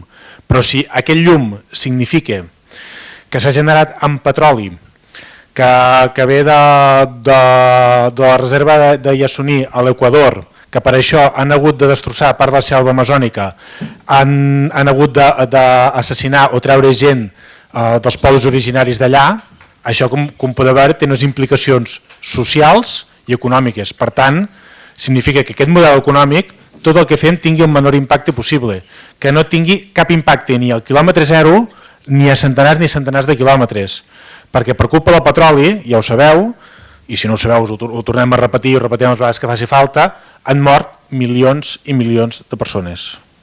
Es diu aviat, des de la Segona Guerra Mundial, han mort milions de persones pels temes del petroli. Tot el que passa al Golf Pèrsic, a excepció del tema de Palestina i Israel, tot va lligat al petroli. El que ha passat a Líbia va lligat al petroli. El que ha passat a Síria va lligat al petroli. El que ha passat a Iraq va lligat al petroli. El que passa a Aràbia Saudita va lligat al petroli. El que passa a Venezuela va lligat al petroli. El que ha passat a Nigèria, on fins i tot hi ha un genocidi amb el poble Ogoni, té a veure amb el petroli. El que està passant a països com la Xina, que lògicament sabeu que tots són un paradigma de drets humans, si us esteu fixant no estic parlant de grans democràcies, el que passa a la Xina, el que passa a la Rússia, el que passa a qualsevol país, a excepció de Noruega, no hi ha cap país que sigui productor de petroli o de gas que sigui una democràcia plena. Per tant, el model econòmic que hem d'anar és un model en el qual no hi hagi impactes negatius en l'àmbit social, precarització laboral, assassinat de gent, robatori, no sé què, no sé quants, però lògicament que no tingui impactes ambientals. I que lògicament jo estic amb això, soc bastant optimista, però sobretot soc optimista amb la societat, malgrat que cada dia t'has de llevar i t'has de fotre un xute d'energia per dir vinga va, que ens en sortirem. Costa moltíssim, però jo quan veig coses com Som Energia, jo soc el soci, em sembla que soc el soci 700 i escaig, encara no tenia comptador de propietat i ja em vaig fer soci perquè és el camí cap on s'ha d'anar. Perquè el que Som Energia, aquí que és una mica l'excepció, al nord d'Europa és la normalitat. El fundador, que és d'allà holandès, si no falla memòria, també que el 50% de les grans empreses dels Països Baixos, subministradors d'energia, són cooperatives. Clar, doncs anem cap aquí i tots plegats hem de començar a remar. I que lògicament tothom dirà, ostres, és que em diuen els cotxes de les bateries. Tinc la colla meva i altres ambients me toquen la pera 2x3, mira el cotxe elèctric com contamina, mira que no sé què, que no sé quants. I la bateria què en faràs després? Curiosament dius, escolta'm, si tens el tub d'escapament, posa't aquí a respirar el tub d'escapament, a veure què en faràs tu de la bateria, però posa't a respirar el tub d'escapament, a veure què passa. Doncs ho reciclarem tot, i que ens faltarà energia, no tingueu cap mena de problema. La tecnologia ara mateix ja hi és, i el ritme que va, tecnològicament ens faltarà voluntat social i voluntat política, uns quants apretem des de dalt, però ajudem-nos també a apretar des de baix, serà possible fer-ho. Ell ha parlat de bateries, però també hi ha tot el concepte de l'hidrogen. Amb l'hidrogen se pot fer electricitat. Quan algú es parli d'un vehicle d'hidrogen, és un vehicle elèctric. No es crema hidrogen, vosaltres potser us sonarà l'hidrogen, que era el fet aquell per enviar els coets a la Lluna, perquè es cremava, perquè donava molta potència. Però amb una pila d'hidrogen fas electricitat. Si posem tot el tema de molins de vent i ens hi posem, quan en aquella energia que fem servir no necessiti la xarxa, que esperem que sigui democràtica, que no estigui en mans, com és el cas de Catalunya, que és el 98 o 95, que és propietat d'Endesa, però que estigui en mans de la gent, doncs nosaltres podrem generar hidrogen i després a partir d'aquí, per exemple, generar electricitat o un bombeig de preses, doncs quan en aquell moment es necessiti, aquella aigua es puja a la presa i després quan es necessiti aquesta aigua es pugui fer. La tecnologia la tenim i va a una velocitat espectacular, però sobretot ens falta actitud política. Penseu que països com el Marroc ens estan passant la mà per la cara. Catalunya, per desgràcia, avui no és la república que molts voldríem i que per això vam votar. Però si ara fóssim una república, aquí a Catalunya, que molt sovint ens pensem que som la Dinamarca del Sud i l'únic que som és el sud de Dinamarca, o que també ens pensem allò que guais que som els catalans i que som els primers a pujar al tren, però després també som els primers a baixar-ne, si ara fóssim una república, estaríem a la cua de la Unió Europea, de països tan avançats com Bulgària o Romania, energèticament parlant. Per tant, posem-nos les piles. I si, com que de moment encara, per desgràcia, com en el meu parer, som una autonomia de fireta, doncs només ho fan pitjor que nosaltres, Ceuta i Melilla. Felicitats, catalans? Ho estem fent molt bé. Però clar, això significa no només que nosaltres ens hem de posar les piles, sinó que tots plegats decidim com volem aquest model. I sabeu que aquí a la Conca va haver molt debat amb el tema dels molins, a Senan va haver gairebé mitja guerra civil quan hi va haver tot el tema dels molins, per sort no va haver morts, no va passar res, però hi va haver molta divisió. I aquí, al territori, crec que és l'hora de que nosaltres assumim que ens tocarà posar energia no només per a nosaltres, sinó també per a la resta del país. I això serà també la nostra eina de negociació amb els grans consumidors. Nosaltres podem ser els grans productors, però els grans consumidors que seguin a la taula de negociar amb el territori i que nosaltres ho posarem. I si som nosaltres i no les grans empreses, serem nosaltres que ho decidirem. Per això és molt important que nosaltres comencem a treballar i decidir-ho des d'ara, perquè si no ens passaran un altre cop al rodet, perquè tenim tres escenaris. O no fem res i ja ho farà tothom, i això què vol dir? Que si no fem res ja ho farà tothom, potser no tindrem aquí molins, però què passarà? Que des de fora, des de la península Ibèrica o des de França o des de qualsevol altre lloc, ens exportaran l'energia. Doncs aquí, si no em falla la memòria, corregeix-me, em sembla que tenim 3 línies de molt alta tensió al terme, si no em falla la memòria. 3 línies de molt alta tensió al terme municipal, em sembla que ens creuen. És igual. Sí, i em sembla que n'hi ha una altra de... És igual, doncs en tindríem tranquil·lament el doble. Què voleu? Molins i que l'energia la generem nosaltres, uns posem plaques solars i posem molins de vent. I que aquests, lògicament, a ser possible, siguin de titularitat nostra.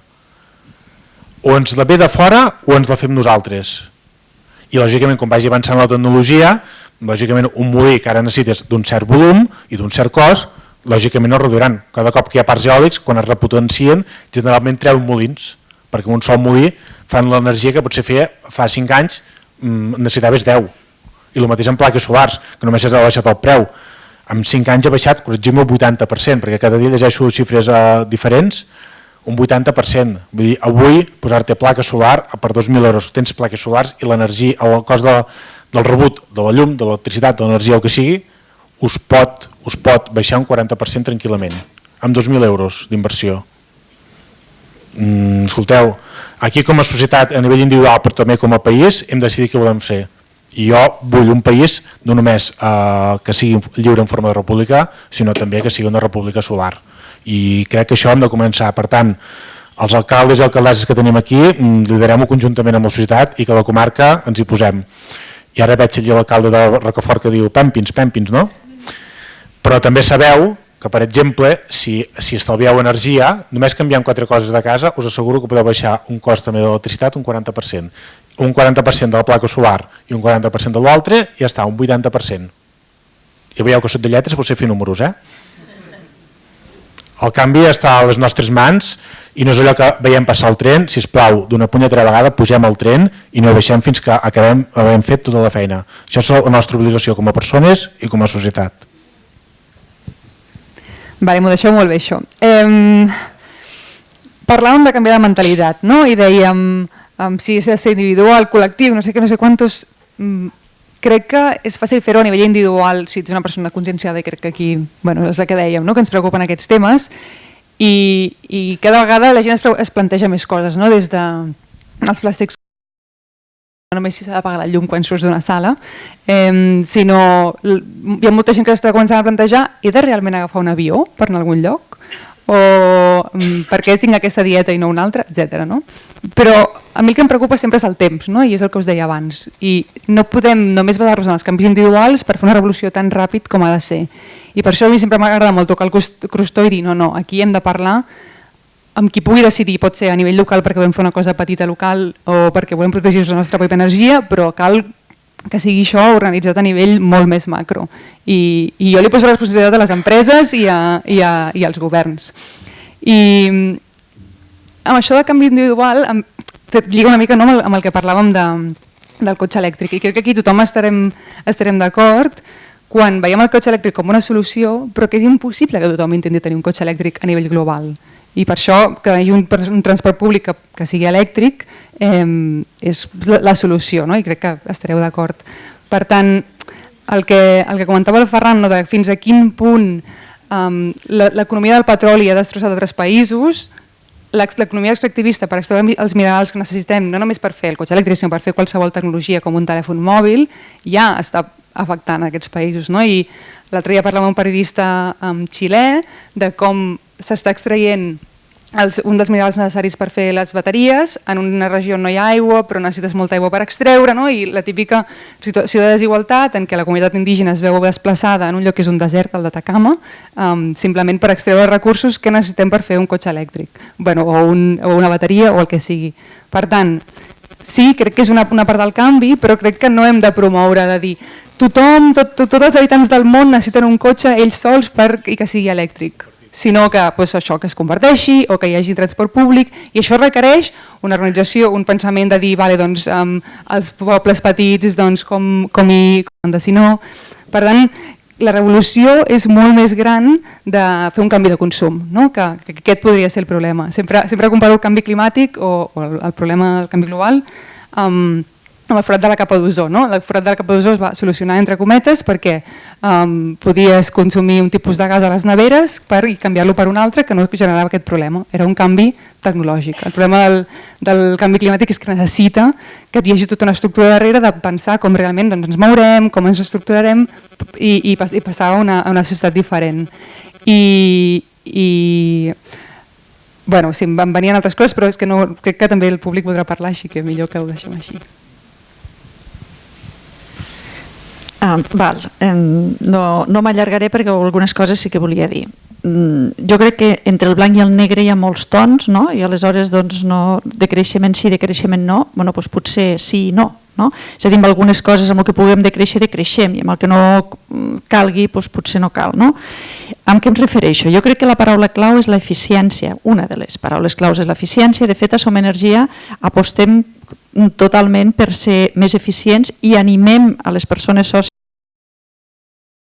formes durant l'any en el que els donem pautes molt clares de com disminuïm, en aquest cas, la factura elèctrica. Per exemple, fem una anàlisi dels seus patrons de consum i li diem, escolta, si et passes a la tarifa aquesta de consum que tens 2 zones horàries, ara com es diu, la discriminació horària, perdó, a la tarifa de discriminació horària, doncs la teva factura disminuirà, amb la qual estàs consumint l'electricitat en unes hores en les que és més barata, i això li diem, canvia't amb aquesta tarifa. O, per exemple, estàs tenint un consum fantasma excessiu. Sabeu el que és el consum fantasma?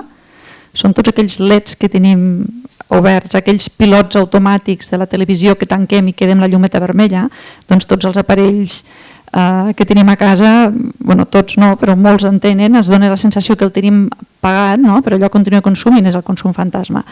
Doncs donem recomanacions molt concretes perquè siguin més eficients, i per tant apostem clarament per això. Però podem fer moltes més coses. Què més coses podem fer? Doncs comencem per la llar. Tenim unes llars que en aquest moment estan mal aïllades i són grans consumidores d'energia que ens podríem estalviar. Podríem incrementar l'aïllament de les cases o fer cases ja directament de consum zero. Es comença en sentit parlar de les cases de consum zero. Emissions zero també, però consum zero és que tu generes, és a dir, no necessites energia de fora de la teva llar, perquè estàs, primer, necessitant molt poca energia per les condicions d'aïllament amb què has construït aquella casa o amb què transformes aquella casa, i les que necessites les generes a la teva teulada. Per tant, en el món de les llars podem millorar moltíssim. Ara mateix estem vivint unes cases molt, molt, molt ineficients, que necessiten moltíssima energia. Aquesta és una cosa. L'altra és en l'alimentació. Doncs a l'alimentació, per exemple, jo formo part d'una agrupació de consum a la ciutat de Lleida en la que el que fem és proveir-nos, contactem directament amb petits productors de la zona i ens servim la nostra pròpia alimentació, és a dir, busquem, d'aquí a Tarragona també n'hi ha, perquè evidentment Tarragona està molt més a prop que Múrcia o Almeria, vull dir, de Tarragona, de Barcelona, de València, també tenim algunes coses, de Saragossa també, però tot allò que podem tenir a prop no anem a buscar lluny. I només amb això, amb l'alimentació, ja podríem també ajudar a disminuir aquest consum del que parlàvem. Perquè hem de menjar, lo de les taronges de França o de la Xina m'im posa molt nerviosa, perquè a Lleida amb la quantitat de taronges i pomes, les pomes, jo he vist al meu supermercat, davant de casa, pomes de la Xina, pomes de França, o sigui, això és terrible. Per què hem de portar les pomes de tan lluny? hi ha coses que jo no les entenc. Si algú me les pot explicar algun dia, però hi ha coses que no entenc. Aleshores, en l'alimentació, sempre ho diem quilòmetre zero, però no només quilòmetre zero. Formem part de petites xarxes que ens subministrem directament amb el productor. Donarem vida als productors petits, millorarem el nostre entorn i menjarem més sa i evitarem molts quilòmetres de transport i de consum de benzina. I després el transport. La mobilitat, jo tinc certa esperança perquè veig amb alguns joves que diuen que no volen cotxe, que ells pel que el necessiten el compartiran i aleshores hi ha cooperatives com Som Mobilitat, que no sé si n'heu sentit parlar, que el que fan és això, posar cotxes elèctrics per compartir. Llavors tens una aplicació, tens un cotxe, no el tindràs just al costat de casa, potser has de caminar 200-300 metres, vas a buscar el cotxe amb l'aplicatiu, el llogues, el reserves, el llogues, el desbloqueges i l'utilitzes, i després el tornes a deixar allà. I potser això també ens ajudaria molt a millorar tot el consum en tot el transport. I després, finalment, hi ha el tema de les xarxes. Estic molt d'acord amb el que has comentat, que les xarxes han de transformar-se completament, han de poder utilitzar les xarxes, aquesta xarxa que us passa pel territori, m'he quedat esparverada de molt alta tensió pel territori. Clar, és veritat, clar. Déu-n'hi-do. Clar. Sí, doncs és que aquestes xarxes les hem de tenir segurament perquè no podrem, Barcelona necessitarà que li portem l'energia, no? Necessitarem xarxes, però que aquestes xarxes es poguessin organitzar, es poguessin adaptar a crear petites xarxes internes en les que féssim això que s'ha comentat, intercanviar l'energia del veí que en aquell moment l'està generant, no l'està consumint, i jo que en aquell moment no en puc generar i la necessito consumir. Explicaven, per exemple, a Alemanya, que com que tenen tant de sol allà, fa molt de temps que estan per davant nosaltres amb tot el tema de la fotovoltaica, i llavors es creen aquestes microxarxes de veïns i aleshores una casa orientada més cap a l'est i una altra orientada més cap a l'oest, es comparteixen l'energia, una capta l'energia primera del matí i l'altra encara no, i li ven la que no pot, la que en un moment no gasta, i al revés, quan la casa que està mirant cap a est arriba a la tarda i es queda sense sol, la que mira cap a l'oest li està intercanviant l'energia. Aquestes coses es poden fer en una xarxa en la que es pugui operar, en la que es pugui treballar i crear microxarxes intel·ligents, i que aquí sí que la tecnologia la necessitem, evidentment. Necessitem aquesta tecnologia per fer aquestes xarxes intel·ligents i més adaptades a les necessitats del territori i de les comunitats petites. Acabo jo? Només dues coses. Una cosa que a vegades em pregunten i que va lligat una mica amb la conscienciació, i és quan amortitzaré les plaques que he posat. I jo contesto, has calculat quan amortitzaràs els diners que gastes per anar de vacances? Penso que hem d'agafar consciència de l'obligació que tenim de participar en la reducció de CO2 i en l'ajuda a frenar el canvi climàtic, i no plantejar-nos, malgrat sí que recuperem perquè paguem menys de la factura. Jo amb les meves plaques a casa és molt gran i tenim aerotèrmia i tot plegat, en un any he sigut autònoma un 58%. O sigui que hi ha tot això que no he pagat. Però a part d'això hem de prendre consciència de que no és un negoci que anem a fer, no és no ho sé, no és una inversió que hem de recuperar, és una aportació que fem i l'hem d'agafar. Jo dic que el dia que em van posar les plaques a la nit no dormia d'emoció perquè em feia moltíssima il·lusió. Llavors tampoc amortitzes mai un cotxe. Una empresa sí que pot calcular, però un privat fa una despesa d'un cotxe, d'unes vacances, i no pensa mai que ho amortitzarà. Jo penso que amb les plaques o amb el cotxe elèctric o amb la manera de funcionar d'una altra manera hauríem de fer igual. Ara donem la veu al públic i si voleu fer alguna pregunta o algun comentari, reflexió sobre coses que han sortit o coses que no s'han dit i voldríeu saber l'opinió, endavant.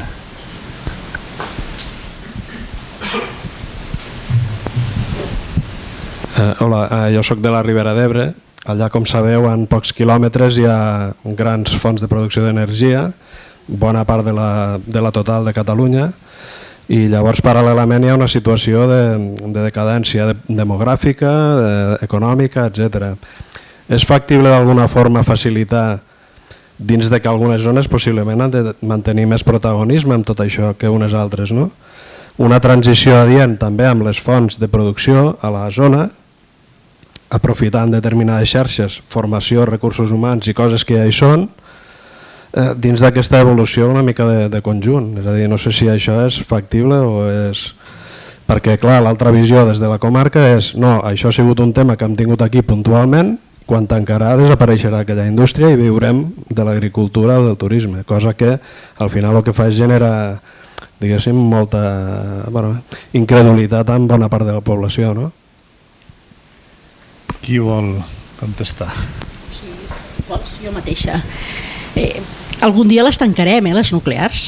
Si fem cas a la llei de canvi climàtic, això és a la cantonada, el 2027. Si fem cas a la planificació de l'Estat, és el 2035, l'última, que per cert serà una de les vostres, de tot l'estat espanyol. Quan abans millor, perquè un dels motius pel qual estem al 8% de renovables, quan d'aquí un any hauríem d'estar al 20% si fóssim un estat de la Unió Europea, és l'existència d'aquestes 3 nuclears. Aquest és el nostre gran hàndicap. És una energia que ens diuen que és barata, que en genera molta i a més no emet CO2 i per tant no cal fer res més. Bueno, com que no cal fer res més no ens hem espavilat, però ens haurem d'espavilar i home, jo crec que està clar que les vostres comarques tenen vent i tenen sol i tenen aigua, és a dir, tenen els 3 recursos renovables que no tothom té. Per tant, malament faríeu que no volguéssiu aprofitar uns recursos que teniu, i més quan ho haurem de fer per força, perquè no podem tornar a perdre aquest tren, perquè la possibilitat de continuar allargant les nuclears et dic ara que no hi és. Saps per què? Perquè econòmicament no serà viable. A no ser que ens facin pagar un impost a tots perquè siguin viables. I és molt fàcil d'entendre, ja ho veuràs. La manera en com funciona el mercat elèctric és que la que entra última posa un preu, encara que només entri 1 kWh, però aquesta posa el preu de tota la resta. La nuclear entra sempre, perquè la nuclear és molt tonta, no sap parar, no sap ser flexible. O està engegada o està parada, però no està a mitges. Per tant, tot allò que fa, sempre ella diu, jo ho poso a 0, sí, però cobres el preu del més alt. I a més fa una altra cosa, aquest preu del més alt és el preu de la punta. La punta, fins ara, l'ha fet o el gas natural, o el carbó, o curiosament l'aigua. Curiosament l'aigua, és a dir, un bé públic donat amb una concessió a una empresa privada que decideix quan la posa al mercat i és quan considera que pot treure el valor màxim. Què passarà el dia que aquestes puntes, en lloc de fer-les l'aigua, en lloc de fer-les el gas, les fan un munt de cotxes elèctrics que deixen de consumir, o les fan un munt de cotxes elèctrics que posen la seva energia al sistema? Aquesta punta immediatament cau, perquè nosaltres estem disposats a fer-ho molt més barat o perquè volem ser-hi. Això avui està prohibit, està prohibit a Espanya, no està prohibit al Regne Unit, no està prohibit a França, no està prohibit a Holanda, no està prohibit a Califòrnia, i aquí està a punt de deixar d'estar prohibit. Aquestes són les bones notícies, està a punt de deixar d'estar prohibit. Què passarà el dia que passi això? Que aquest preu del quilowatt-hora per la nuclear és ruïnós, ruïnós. Per tant, no s'aguanta. Dius, això està passant al món? Sí, això està passant a Califòrnia. Califòrnia, que aprofita molt més el sol que nosaltres, va començar a posar moltes instal·lacions solars i va començar a passar aquestes coses. Aleshores van començar a posar bateries mitjanes grans i ha arribat un moment que la nuclear no s'aguanta. Aleshores va començar amb aquestes amenaces, que ja les havia començat cap al 2007, que les havia començat cap al 2011, les amenaces, i deia, com el 2025 no em pagueu més, jo tanco. I en aquells moments tothom navegava i guardava la roba. Al 2018 li van dir, ni ets necessària tècnicament i econòmicament no ets viable, o sigui que fes el que vulguis. Tanquen. Per tant, això passarà aquí també tenim sol i per tant també passarà. I si no passa amb les nostres instal·lacions solars, passarà amb les instal·lacions solars d'Aragó, que estan allà a la cantonada. A vegades també cal recordar-ho, això, Per tant, passarà. Ens hi posem com ens hi posem, no? Per tant, com abans ho veiem i espavilem, i mala notícia. Així com he dit que això era una bona notícia, n'hi ha una altra de dolenta, que crec que esperarà. Al projecte de llei de canvi climàtic de l'Estat surt que tots aquells que tinguin centrals nuclears perquè pel seu compte decideixin tancar-les, l'espai que alliberin de la xarxa elèctrica els hi donaran amb ells. O sigui, el punt de connexió és una cosa que va buscadíssima. Aquí hi ha un... Bueno, no en parlem tampoc del que hi ha aquí darrere. Doncs ja li dono el dret, això és per vostè. Aquí, òbviament, han sortit, per exemple, la Fundació Renovable és una de les coses, el primer que vaig aixecar el dit, ni parlar-ne. Qui són aquests senyors per tenir un dret que no tenen els altres, no? Que participin en una subhasta i que la guanyin. Però no els hi dongui, no? Què estava fent aquesta mesura? Estava regalant a Endesa grans centrals solars i eòliques a les Terres de l'Ebre. És el que estava fent aquesta mesura. Per tant, com abans entenguem que ho ha de fer el territori, millor, perquè el rellotge ha començat a tenir el compte enrere, insisteixo, o per preus, espero que sigui per preus, espero que no sigui perquè hi hagi un accident, que no és menyspreable la possibilitat que passi, esperem que no sigui per aquest el motiu, però per preus serà segur. O bé perquè ens creiem alguna de les lleis, sigui la catalana, sigui l'estatal, sigui alguna, i les tanquem quan toqui, que tocaria el 27, per anar bé, però bueno, ara ja insisteixo que m'ha allargat el 35, perquè passarà. Més consultes? Res, just breument un apunt. Hi ha un concepte que es treballa molt a Alemanya i a Polònia, i aquí també se n'ha parlat, de fet a l'estat espanyol també, que és el concepte de fer una transició justa, no? De dir, vale, nosaltres ara tenim aquests llocs de treball aquí, aquesta no sé quantos, i ara com ho fem, no? Perquè tenim una capacitat, una gent entrenada, que potser encara no s'han de jubilar, i llavors això és un tema que s'està parlant ja a molts sindicats i que es treballa també a nivell d'estat espanyol, per tant haurien de saber una mica de què va, i que potser es podria liderar des del territori, no? Allò de dir, vale, doncs sabem que aquestes centrals nuclears algun dia tancaran, la SUB ens està explicant molt bé per què, com podem fer la pressió perquè sigui d'una manera que no ens quedem al carrer i ja t'apanyaràs tenint tu agricultura, no? Si tu realment et semblaria bé doncs començar a ser una referència en solar perquè sí, doncs mira, ara se sent més el micròfon, doncs fer d'una manera que també serveixi a la gent de la zona. Jo per complementar això, per cert, d'on ets, de la Ribera? Riba-roja, bueno, clar, estàs al temps de la presa, però per exemple els casos paradigmàtics, i que més això és l'exemple de que nosaltres per això apostem per la sobirania energètica, que siguem nosaltres i no que ens vingui de fora quin és el model i la transició que volem. Perquè aquí, per exemple, dos exemples claríssims, la presa és una altra cosa, que és diferent, tot i que hi ha la màfia, efectivament, que ho dic jo, màfia, remàfia, m'ha encantat el concepte d'electrofranquisme, el faré servir sempre que pugui, me'l tatuaré perquè és fantàstic, perquè és una definició boníssima. És electrofranquisme, és franquisme en tot ja directament, vull dir, són fatxes, ja està, i foten el negoci amb el bé públic. Això i moltíssimes altres coses de l'IBEX 35. Però clar, Flix, l'Erquímia, una empresa alemanya que venia fa més de 100 anys, Flix ara té gairebé 5 vegades menys de població que fa 50 anys. Ascó és dels municipis de la Ribera d'Ebre que sempre ha anat perdent població. I clar, quan marxi això, tururut, tururut. Per tant, la comarca que es deu estar també 20.000 habitants, sembla que esteu com la Conca, podeu passar de cop, si no us comenceu a espavilar, i això amb tota la gent que ha parlat d'allà que coneixo, espavileu-vos i comenceu a liderar això, perquè si no tancaran les dues coses, vull dir, amb l'empresa, l'antiga Erquímia era Ercros, i amb el tema dels llots, que també és un bon regal que ens han deixat, que ens van deixar allí al riu Ebre, i els altres amb els residus que duren 100.000 anys, també quan us diguin que la nuclear és la més barata, mentida, fastigosa, podrida i franquista directament, perquè són 100.000 anys que duren els residus, 1.000 anys, que aquests residus, per molt que ho facis bé, algun moment o altre hi haurà alguna fuita, han estat ultra subvencionats, totes les instal·lacions nuclears han estat ultra subvencionades, totes, i a més, si hi ha alguna desgràcia, ho paguem tots, no paguin ni Endesa ni Iberdrola, que són les propietats majoritàries d'aquestes, ho paguem entre tots. A més que jo així també munto un negoci. La llei del sector elèctric, clar, és una vergonya. I llavors, clar, a més, en el vostre cas afegit, al tenir aquest monocultiu energètic, perdreu de cop 5.000 habitants. És així, literalment. Per fer un exemple, aquí a Santa Coloma, amb la crisi del totxo, quan fots monocultiu, ha perdut 500 habitants. O sigui, un dels eslògans de la candidatura que guanyava les eleccions era anem al Gras, Santa Coloma 3.000, o sigui, per tornar a tenir 3.000 habitants. Però si tu et bases en monocultiu, fatal. Que ens hem de basar és en les persones i potenciar les persones i formar gent i sobretot enginyeries, FPs i tot plegat. I vosaltres oferiu el que teniu una agricultura fantàstica, un paisatge fantàstic i els 3 recursos que deia l'Assumpta. I sobretot fer-ho des de vosaltres.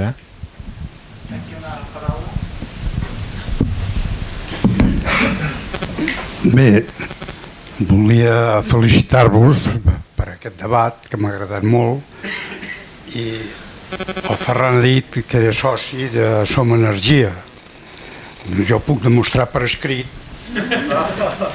que també ho soc, perquè soc cooperativista, a l'Espluga he portat molts anys, més de 50 anys, una cooperativa de consum, i aquest debat el vaig demanar també a Arts Cooperativa perquè el vinguéssiu a fer aquí a l'Espluga els socis de la cooperativa, però encara no s'han posat d'acord pel dia i al museu, donar les gràcies al museu perquè ens ha passat al davant i a la representant perquè ho vegi bé. Ja se la pot quedar perquè així sabrà el nom meu. És una fotocòpia. Moltes gràcies. Però així demostro que l'Espluga també hi ha, de tot el que he parlat, ja anem al davant, que ja són socis, no, Ferran? Aquí sembla que... Referent amb això, ella també només un comentari. Un comentari. Doncs... A veure, és que això m'agrada que hagi fet aquesta intervenció perquè jo crec que abans comentàvem sobirania energètica. No tindrem sobirania energètica si continuem passius a casa nostra. És a dir, l'altre dia jo a les eleccions em vaig trobar allà amb un professor de la universitat i em dic, què tal votant? Diu, sí, clar, és l'únic que podem fer cada 4 anys. Dic, home, doncs no és així, no? És a dir, sí, evidentment tenim que votar i és un deure, no és un tret, és un deure, crec jo, però podem fer moltes més coses. Aleshores, jo crec que serem sobirans si realment cada un de nosaltres, a la mida que puguem, ens juntem amb el veí de la vora a fer qualsevol cosa. Però, evidentment, les coses no canviaran si estem atomitzats, no? I si és cadú, doncs mira per ell i ja està. Hem de fer coses junts. Aleshores pot ser qualsevol cosa, pot ser una colla de sardanes, és igual, estaràs aliat amb els teus veïns i qualsevol acció que surti ja tindràs aquests canals de connexió. Enteneu el que us vull dir? Vull dir, pot ser qualsevol cosa. Som Energia està molt bé. Jo el que animo és que si hi ha un grup local, si hi ha persones interessades en Som Energia, es pot constituir com a grup local i es poden fer xerrades, es poden fer trobades per explicar a les altres persones com funciona la factura elèctrica. Tampoc no fa falta fer gaires coses. Fa una mica de mandra començar, però us he de dir que quan comences el xute d'energia és molt important. Aleshores ja et quedes com activat per qualsevol cosa que passi en el territori. I jo crec que això és el que hem de començar a fer. Aliar-nos amb els veïns a fer qualsevol activitat que després el que hagi de venir i quan tinguem l'oportunitat de mobilitzar-nos ja tindrem els llaços creats i serà molt fàcil. Una observació d'aquesta factura amb la Naturi, amb la companyia Naturi, m'estovio 6 euros. Jo, arrel del que deia ella, voldria... No sé si coneixeu el moviment de viles en transició que existeix a tot el món. Va sorgir a Escòcia amb una universitat i d'aquí van sortir els horts urbans, la moneda local i moltes altres coses arreu del món. Hi ha una pel·lícula que us aconsello, que us podeu baixar d'internet, que es diu Mañana, i que hi ha tot el que es fa arreu del món a diferents camps. Però la filosofia bàsica d'aquest moviment, que a mi m'encanta, és dir, no val la pena que perdem el temps en fer caure el sistema, perquè està tan podrit que caurà sol. Llavors, quan caigui, estem preparats des de baix a fer les coses d'una altra manera? Doncs comencem a agrupar-nos, com deia ell, en petits grups, a fer coses, perquè quan el sistema aquest que està tan podrit i de tanta màfia caigui, estiguem preparats per fer les coses d'una altra manera. Bé, jo quasi perseguim això, aprofitant que a la primera fila hi tinc l'alcalde, ja no sé com va això, el que hi haurà i el que ve, però és igual, és a dir, amb això segur que jo crec que hi podreu col·laborar tots. Abans ho comentàvem, a veure, crec que es pot començar a l'Espluga, fent allò que es comença a anomenar una comunitat energètica local. Què és això? No són grans invents, per sort no haurem de fer xarxes, és a dir, parlàvem de microxarxa i ja ens estem pensant aquí a començar a posar cables uns als altres. No, no cal. La sort és que un recent Real Decret Llei de Transició Energètica, que ara a més ja ha sortit el Real Decret que el desplega, ha deixat clar que tots aquells que visquin amb un radi de 500 metres poden compartir l'energia utilitzant la xarxa existent. I la companyia distribuïdora, Endesa en el cas de l'Espluga com en el cas de la major part de municipis, està obligada a utilitzar les seves xarxes perquè compartim. Això anem a traslladar aquí. L'únic requisit que hi pot haver, perquè això sigui una mica més senzill, és que tots ells pengin del mateix centre de transformació. Doncs bé, això aquí a l'Espluga ho podeu fer amb tot el barri del Casal. Ara a mi ens fa difícil dir els noms dels carrers, però bé ser des del pavelló antic, perquè ens entenguem, cap amunt, cap al carrer que va cap a la Creu, el que dius tu, Ferran, i fins a la banda de l'Institut, del pavelló nou, tota aquesta part va a parar al mateix transformador, que és un transformador que hi ha al carrer, que heu dit, Prat de la Riba, heu dit que és aquest nom del carrer? Allà a la pista de tennis, perquè ens entenguem. Allà a Prat de la Riba, allà hi ha un transformador que tots ells van a parar al mateix. Doncs bé, hi ha com a mínim 3 superfícies grosses que se m'acudeixen, que és l'Institut, que és el pavelló nou i que és el pavelló vell. Tots 3 estan dins d'aquests 500 metres, més tota la zona aquesta. Per tant, això, sense fer cables nous, ja és una comunitat energètica que aquí l'organització és com es vulgui. L'organització va des de poder afrontar un tema de pobresa energètica, que en lloc d'ajudar a pagar rebuts, el que es fa és subministrar energia a les hores que hi ha producció. Pot ser gratuït, pot ser més barat, pot ser com es vulgui, és una política pública, no? Es pot fer col·laborar la gent. Abans comentàveu això del cooperativisme, crec que aquí a l'Espluga en sabeu molt. De fet, l'origen del cooperativisme en època de la mancomunitat en gran part surt d'aquí, per tant en sabeu. Hi ha moltes maneres de que la gent ajudi a finançar aquests projectes, fins i tot hi ha gent que la seva feina és aquesta, ajudar a finançar projectes via crowdfunding, és a dir, en plataformes que la gent hi participa amb quantitats sempre més petites de 500 euros, cadascú el que pugui, però el topall són 500 euros, i a partir d'aquí es comencen a finançar coses del tamany que es vulgui. I això és curiós, perquè una de les coses que a vegades ens limitarà a tots de poder combatre a grans empreses és el finançament. Clar, ells ho tenen molt més fàcil, però quan entrem en sistemes de crowdfunding, que això per exemple a Anglaterra és molt comú, o vosaltres mateixos, som energia, sou capaços d'aconseguir en 5 dies 7 milions d'euros, sense passar pel banc.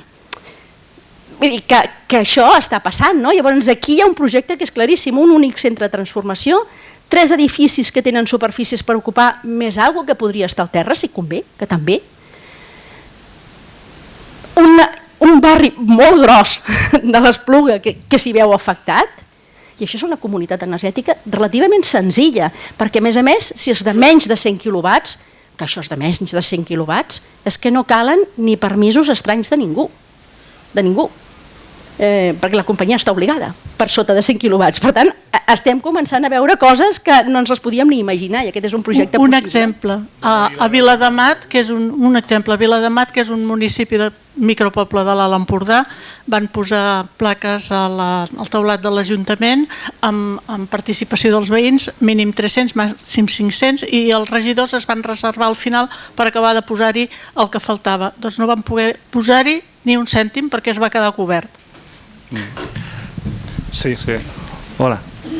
Sí, jo em dic Pep, soc d'aquí de l'Espluga i fa poc que m'he posat unes plaques solars.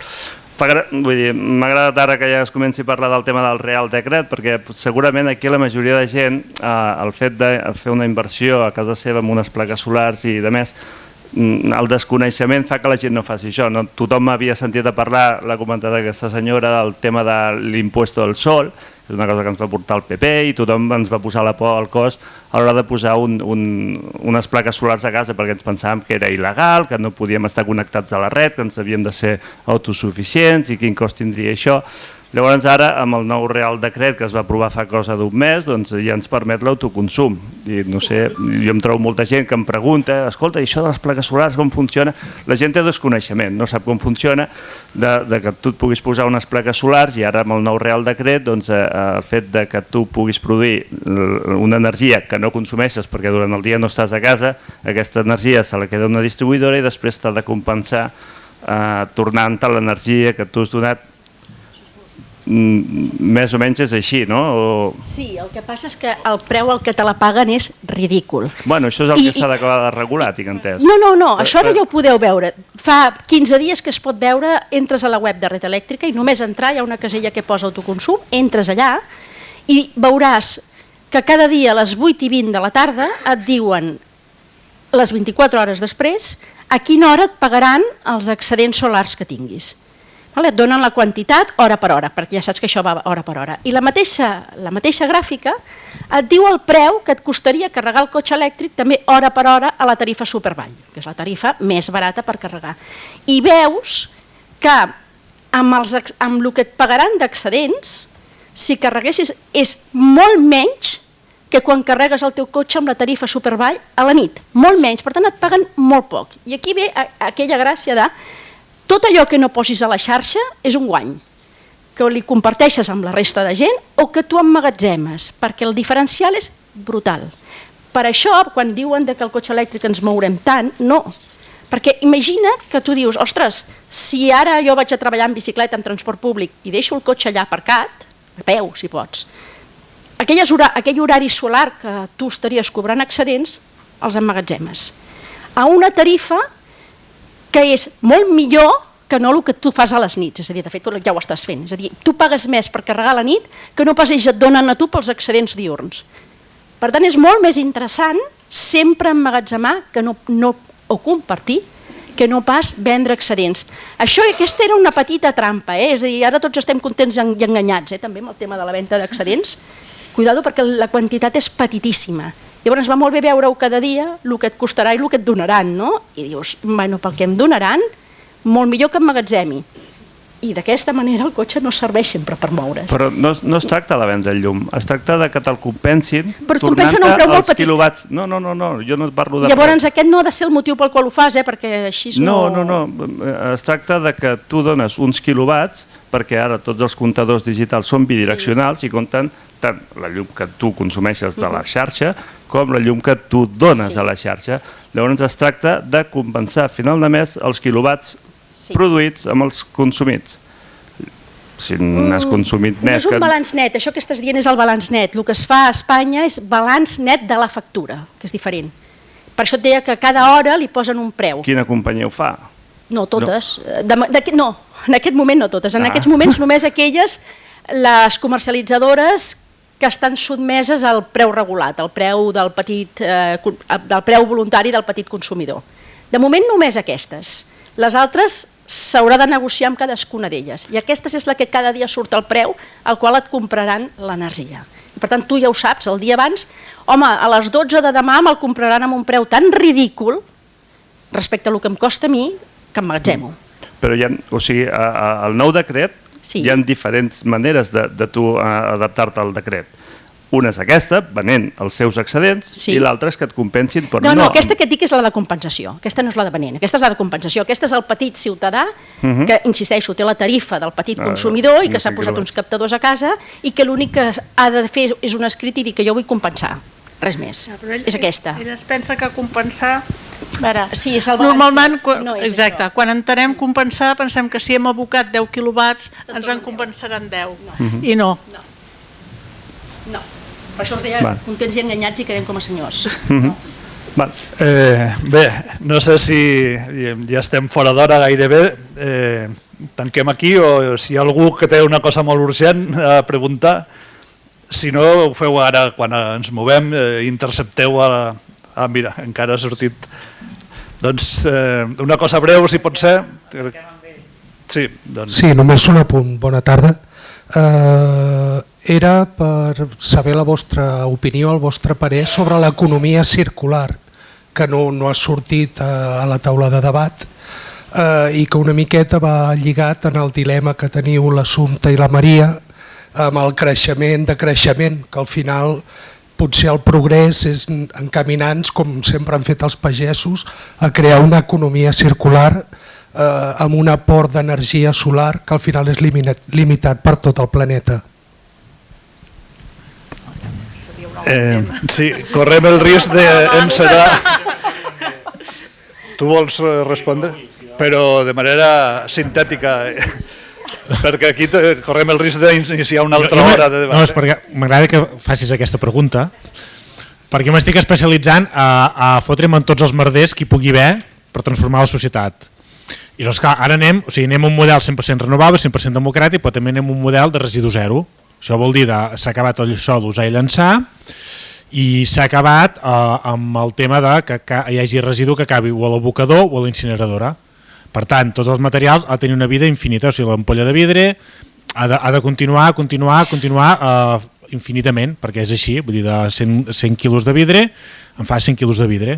Pots fer algunes pèrdues atòmiques, però no res, això no ho compute. Però això va lligat també amb l'estalvi energètic, però també va lligat amb el tema de l'extractivisme, l'extracció de materials, perquè per fer qualsevol cosa nosaltres, les llaunes que ens prenem són d'alumini, ve de la bauxita, per tant, això significa, com sabeu, aquí a Catalunya tenim unes mines de bauxita espectaculars, això significa que ens ve d'altres llocs amb un impacte ambiental espectacular, amb el transport que ve cap aquí. Ara bé, i amb això ja acabo, l'economia circular és un gran nom, una gran marca, com també la sostenibilitat. I a partir d'aquí, a vegades t'hi colen de tot. Perquè jo he sentit i m'he trobat a llocs, i clar, t'has d'acabar barallant, i per això has d'anar... I això vol dir barallar-me amb la pròpia administració, O sigui, que jo teòricament jo dono suport al govern actual. Però també m'hi barallo. I clar, quan hi ha grups que et diuen no, economia circular també és cremar residus per fer energia. Perdona, això és incineració, i com que no has solventat el tema dels residus, dius faig dos temes, faig això i et diuen que és energia i és renovable. Perdona, mentida. No, és el que es diu allò del bressol o bressol. Això vol dir un producte que, si possible, que el tinguis dins el circuit permanentment, in secula seculorum, i res de portar coses de fora ni res de convertir una cosa en energia, o sigui, valorització material sempre, valorització energètica no. I aquí podríem estar parlant, que és, aquesta setmana, per exemple, doncs m'ha vingut un lobby, no m'atreviré a dir màfia, però sí que és allò, vinc amb els meus privilegis, Ecovidrio. Cada mes em venen Ecovidrio i Ecoembes. Ecovidrio i Ecoembes. Jo els somric sempre, benvinguts, home, sí, passeu. I torno a dir, dic, això que em veniu aquí a vendre, doncs ho sento, però s'us ha acabat. Anem a un altre model. Si us voleu adaptar, us adapteu. Però anem a un altre model en què no ha acabat res, ni l'abocador ni la incineradora. I s'ha acabat allò, us recordeu aquella famosa campanya, que més em fa ràbia perquè em fan uns amics meus, d'en vas on vas? Allò de promoure el reciclatge, que estaven dient, jo com que soc Ecoembes, el que vull és que no em poseu altres coses aquí perquè si no jo perdo diners. Aquí no hi poseu plàstic, aquí hi contenidor groc, només poseu-me envasos. Perdona, tu t'has de preocupar de que res acabi a la brossa, a ser possible, per tant, disseny en origen, ecodisseny, que l'altre dia amb la comissària de l'exposició, que més després he descobert que també tenim estats comunes, que fa ecodisseny. Des d'un principi el problema l'has de solventar. No al final, ostres, tinc aquí unes tones de merda amb el perdó de l'expressió i de brossa, després no sé què fer-ne. O sigui, també és un entrecanvi de paradigma, per això anàvem a un model econòmic aquest, que el model econòmic que fem servir tots plegats no tingui externalitats negatives ni en l'àmbit social ni en l'àmbit mediambiental. Aquest serà el millor model econòmic que podem tenir, que no tingui implicacions negatives ni en l'àmbit social ni en l'àmbit mediambiental. I a partir d'aquí bategem aquest model econòmic com sigui. Si voleu, si el creem aquí, el model es plugui, ja està. I així l'exportem. Molt bé, doncs donem per acabat el debat, gràcies per la vostra assistència i us animo a que feu casa d'aquestes construccions de xarxes a nivell local, quan abans millor, abans de sortir d'aquí o quan arribeu a casa amb els veïns ja podeu muntar el grup de gestió energètica local. Gràcies per tots.